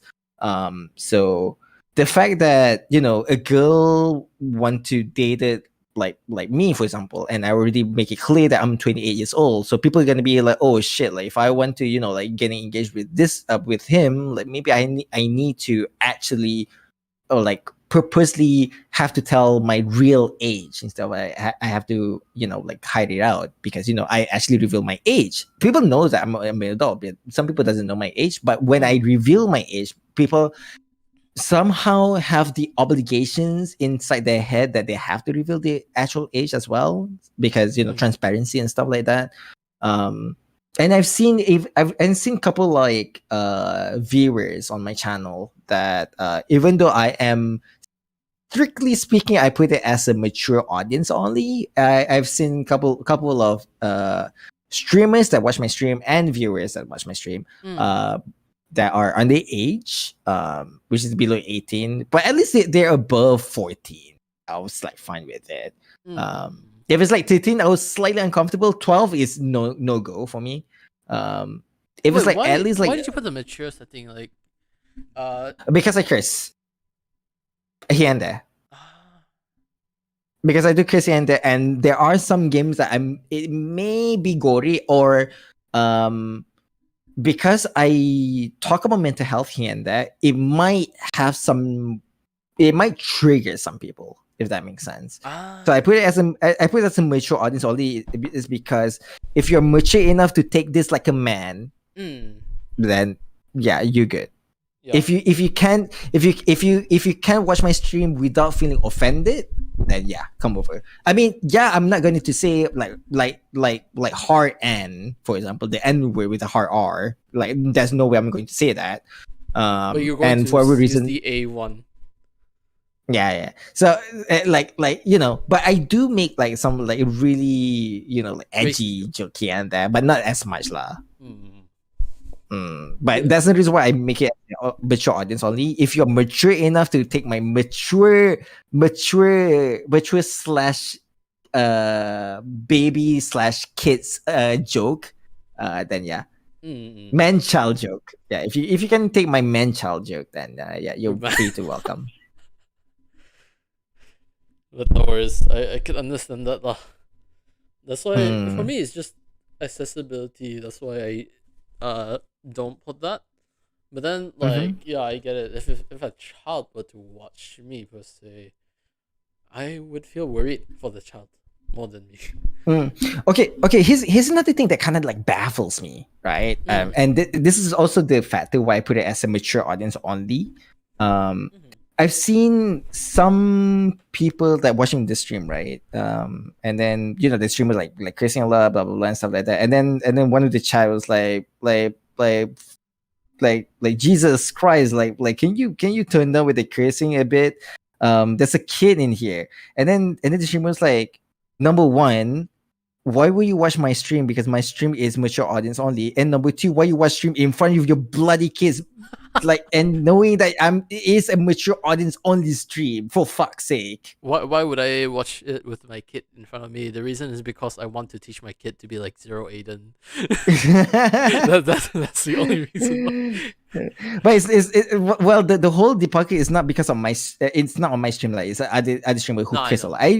I tried to tone down my cursing. Uh-huh. Honestly, well, to be fair, I didn't curse that much. Honestly, I only curse whenever I feel frustrated about something. Then yeah, I'll curse a lot. If you ever see me curse, that's when I'm actually frustrated about something. That Yeah. yeah. Mm. For me, Oh, whether I hit up with certain things, then yeah, I'll curse. yeah, of course. I mean, there's times where you got to actually just express how you feel. That's Yeah. that's a responsible. And wait, I'm Mhm. not your friend. Sasuke Punai Master. Yes. Once again, it's fun. Like legit. Like because this is the great thing I would say about not monetizing. You can say several things. Like, and I agree. There are kids who are 9 years old that would still cuss here and there. Mm. Because like without monetization as a worry per se, like I know everyone wants to Mhm. monetize and like that. For me, without doing that, it allows people who monetize already to actually have a place where they could just legit speak their mind. Like they could be like, Yeah. "Oh, YouTube sucks," or "Oh, Twitch sucks," and then nothing will happen. I mean, it's just someone else's channel. And I did make a joke saying Mm. that if I were to get kicked out, this was before I had Twitch. Like I still remember how Armand was telling me, "Dude, you need to get Twitch." And I was like, "But according to my joke, I wouldn't get Twitch until I go to Pornhub." In the end, I didn't go to Pornhub. Well, okay. Okay, fair enough, fair enough. Like legit. Oh, really? Oh, dang. But yes, I did say that uh, as a joke. uh, Because like legit, technically I think you could. I'm not sure if they could stream, but then you could actually post like non-porn videos on there. yeah, Like yeah, you can. You can. yeah, Thanks, you can. I don't really know since I don't really access it too much. They Mm. are like legit. Uh, yeah, I don't mind. It's like because the main purpose of YouTube per se is like just to convey your opinion as a place of opinion. Mm-hmm. So I do not see a purpose for me just to censor what I say or like that. Like I understand you have to be a decent human. That's the one thing I'm trying to do. But I am Mm-hmm. not going to go out of my way just to present a view, just because, uh, it's like this. I want to speak my opinion. I'm not gonna. There's no way I'm gonna. Yeah, yeah.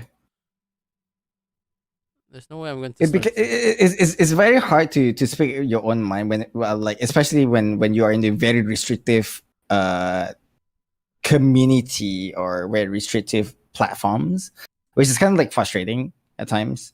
Definitely, Very, very, very frustrating. Yeah.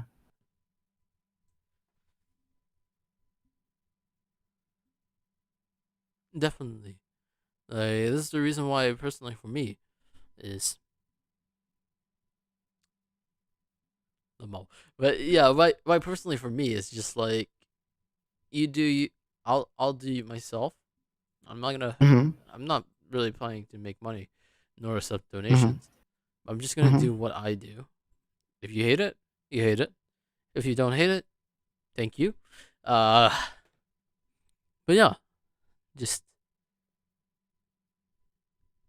Mm. mhm.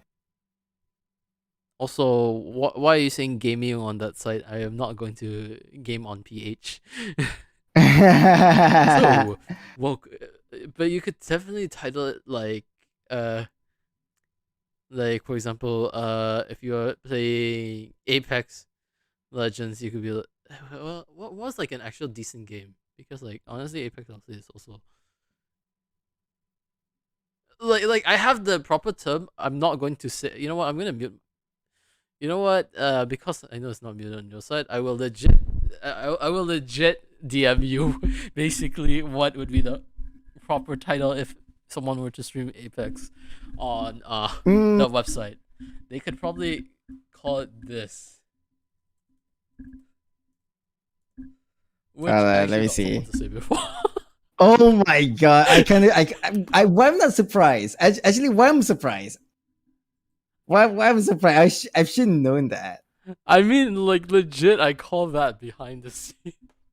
I call it that behind the scenes. I should have known that. I like it's That like, hey, so I know that, hey, so you want to play some, insert that title. I should have known. I should have known. Legit, yes, dirty jokes are nice. Only to a Yeah, point. it's very Only to a nice. point. You don't want to go excessive. But of course, this Mm, applies to everything. But yeah, this is also the reason why like I agree with you. So long as it's a mature audience, they all know it's a joke and like that is fine. But mm. if they think I'm serious about it, then yeah, then that's an issue.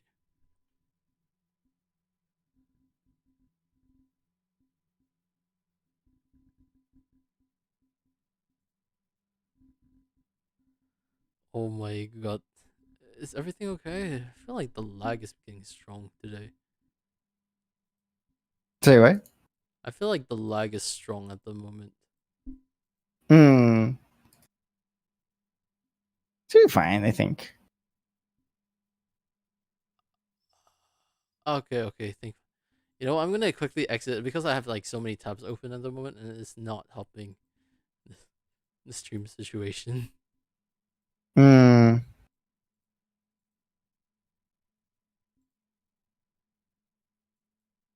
Oh wait, yeah, I actually wanted to. Okay, what was the game that you Many. said was for masochists again?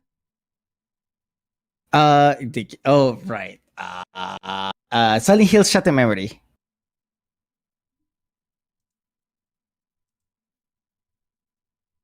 Okay, yeah, because I was reading on it, but then I accidentally removed the tab.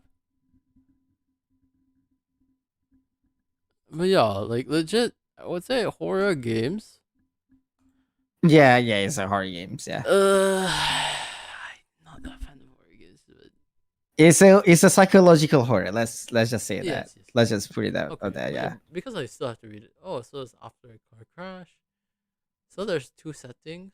Okay. So a office and the town of Silent Hill.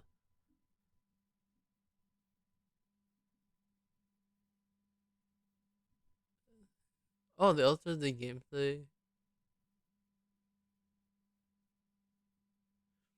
Wait, is there any way to alter it so that the game is not scary? Yeah, it alters based on your response. Wait, wait, how does it alter if I may ask? So basically, based on your response, it will determine that whatever the decision that you made, it will change accordingly. That's what it means by altered. Hmm. Mm.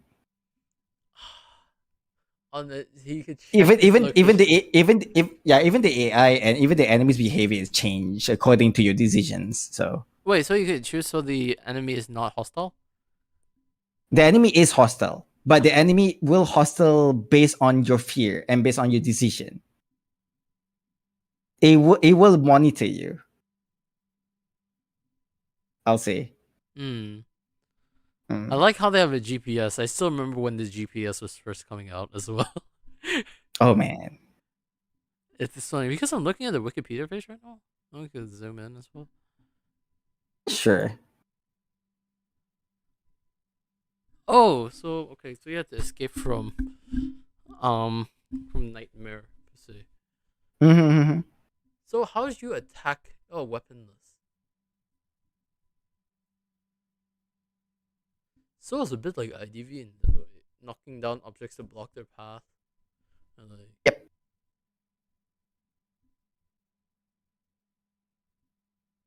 Very interesting game. I'll say that. But wait, I'm not going to do that because it's not fun for me. So is the dying emote scary though? The dying scene, if you die, would it be like the monster just it close was up? all right. It was all right. It's not like monster close up and then it starts. No. It wasn't as bad as Metroid Dread dying sequence. Metroid Dread dying sequence is actually legitimately a little bit scary. It's not scary, but it was like, like when the there's a little bit when it comes to like Metroid Dread, like when this like super like robot like come into you and then the camera like kind of like pan you between the Samus and the robot trying to kill you, that kind of thing. Yeah, it kind of feels like that. Mm-mm. Yeah, it wasn't as that dramatic, but yeah, if I remember correctly, like because it's been a while since I played Silent Hill, Shattered Memory. Mm-hmm.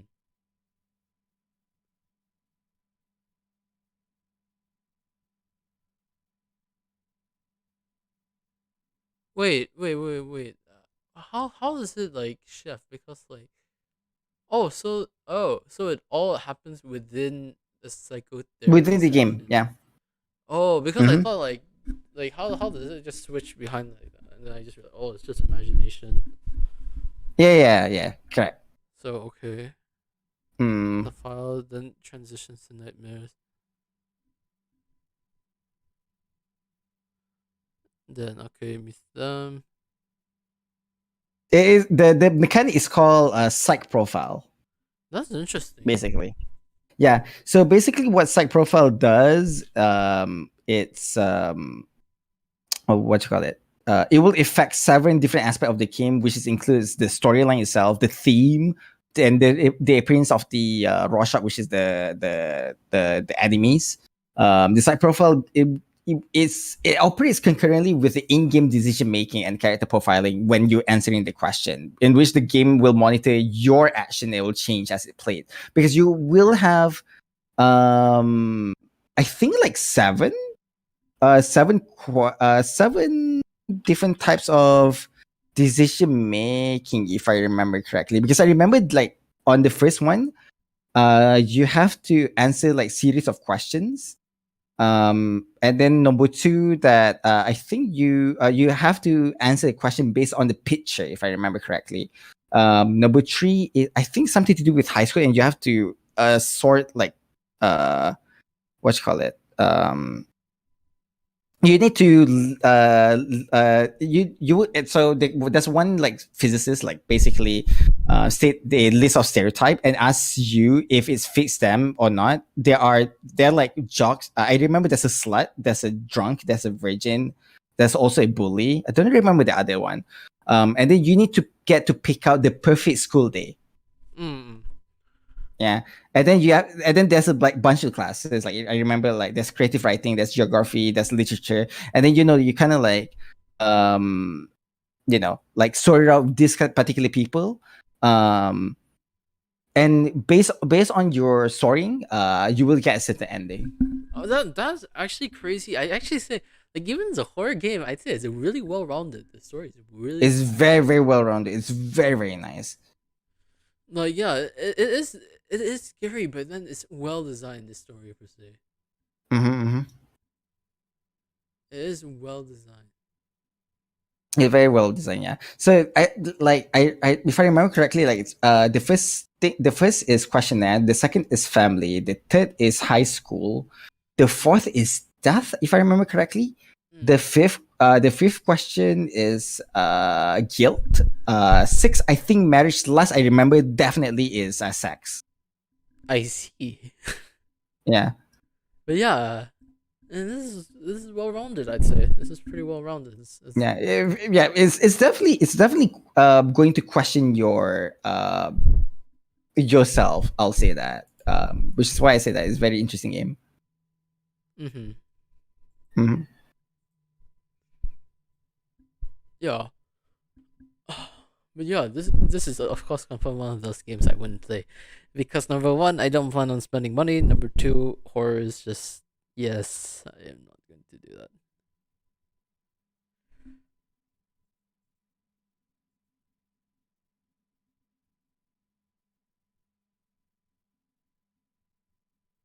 But yeah, legit, that is interesting to know more about that.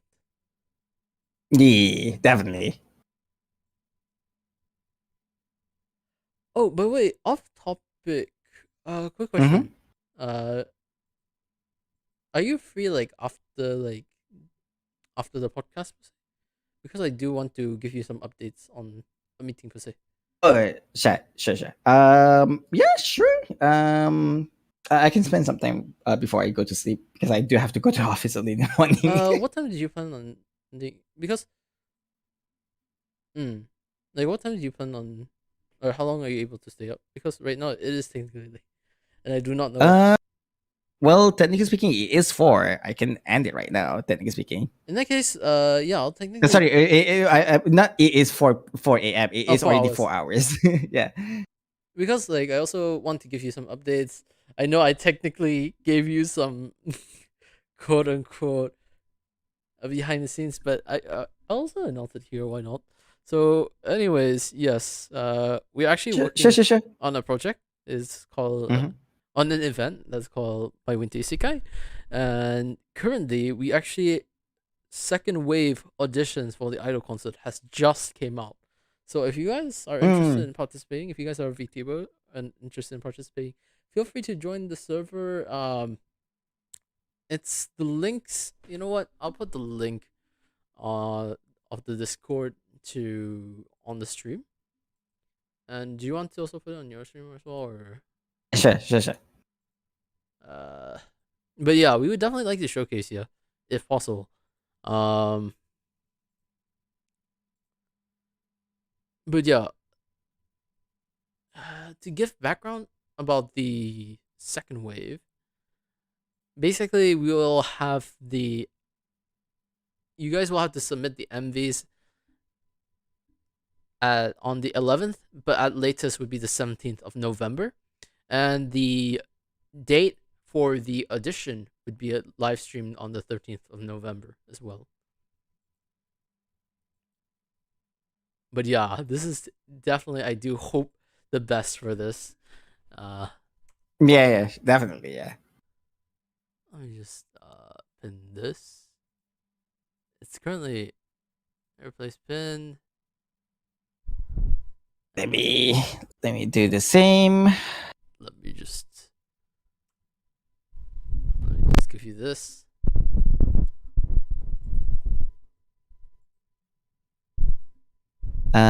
And here we go. Yep. Again, ladies and gentlemen, whether you guys, I think this is both international and Malaysian Yeah, streamer, was it?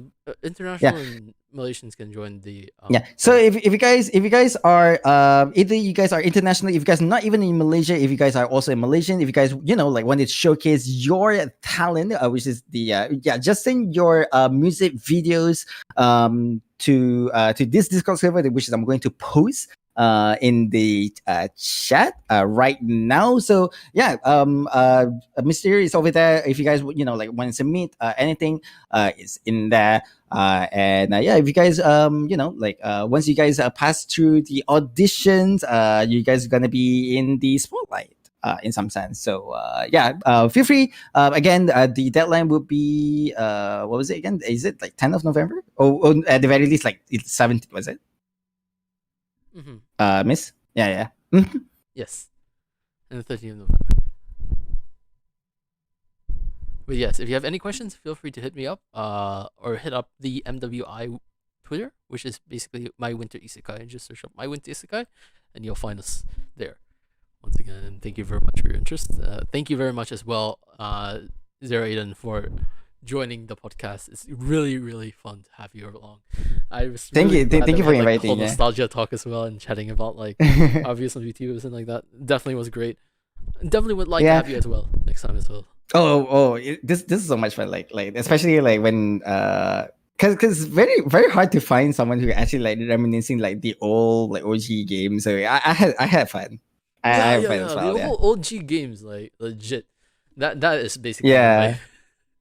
Yeah. So because like my passion is like like content creation, like Twitch and YouTube and stuff like that. So it's very interesting to talk about that as well as a content creator, but also like the video game side and the other entertainment side. It's very fun. Yeah, I really enjoyed it. So thank you so much for inviting me. Okay, so usually I actually have the guest sing for the ending BGM, but if you prefer, Mm-hmm. I could actually get some, just have like a typical BGM instead. Yeah, sure. Because I don't have my own BGM. Okay, in that case, wait, you have your own BGM like that, or I don't. I usually like whenever how I feel like it. Because right now I'm using Super Smash Brothers Minecraft soundtrack oh my god, question that is mark. actually that is nice. I'll probably do that one of these Yeah, days. But then yeah. yeah. The Harlan Darlarna, that one. Oh, in that case, Yeah, lah. yeah. That's the one that I'm using for the most part. Mhm. In that case, I'll play my Mhm. own BGM. In that case, let me proceed Mhm. to the ending scene. Once again, thank you very much for showing up, guys, and I'll see you Thank you. guys. Hmm? I'll be back in a bit. Yes, I'll see you guys next Yeah. time. All right. You just find the BGM.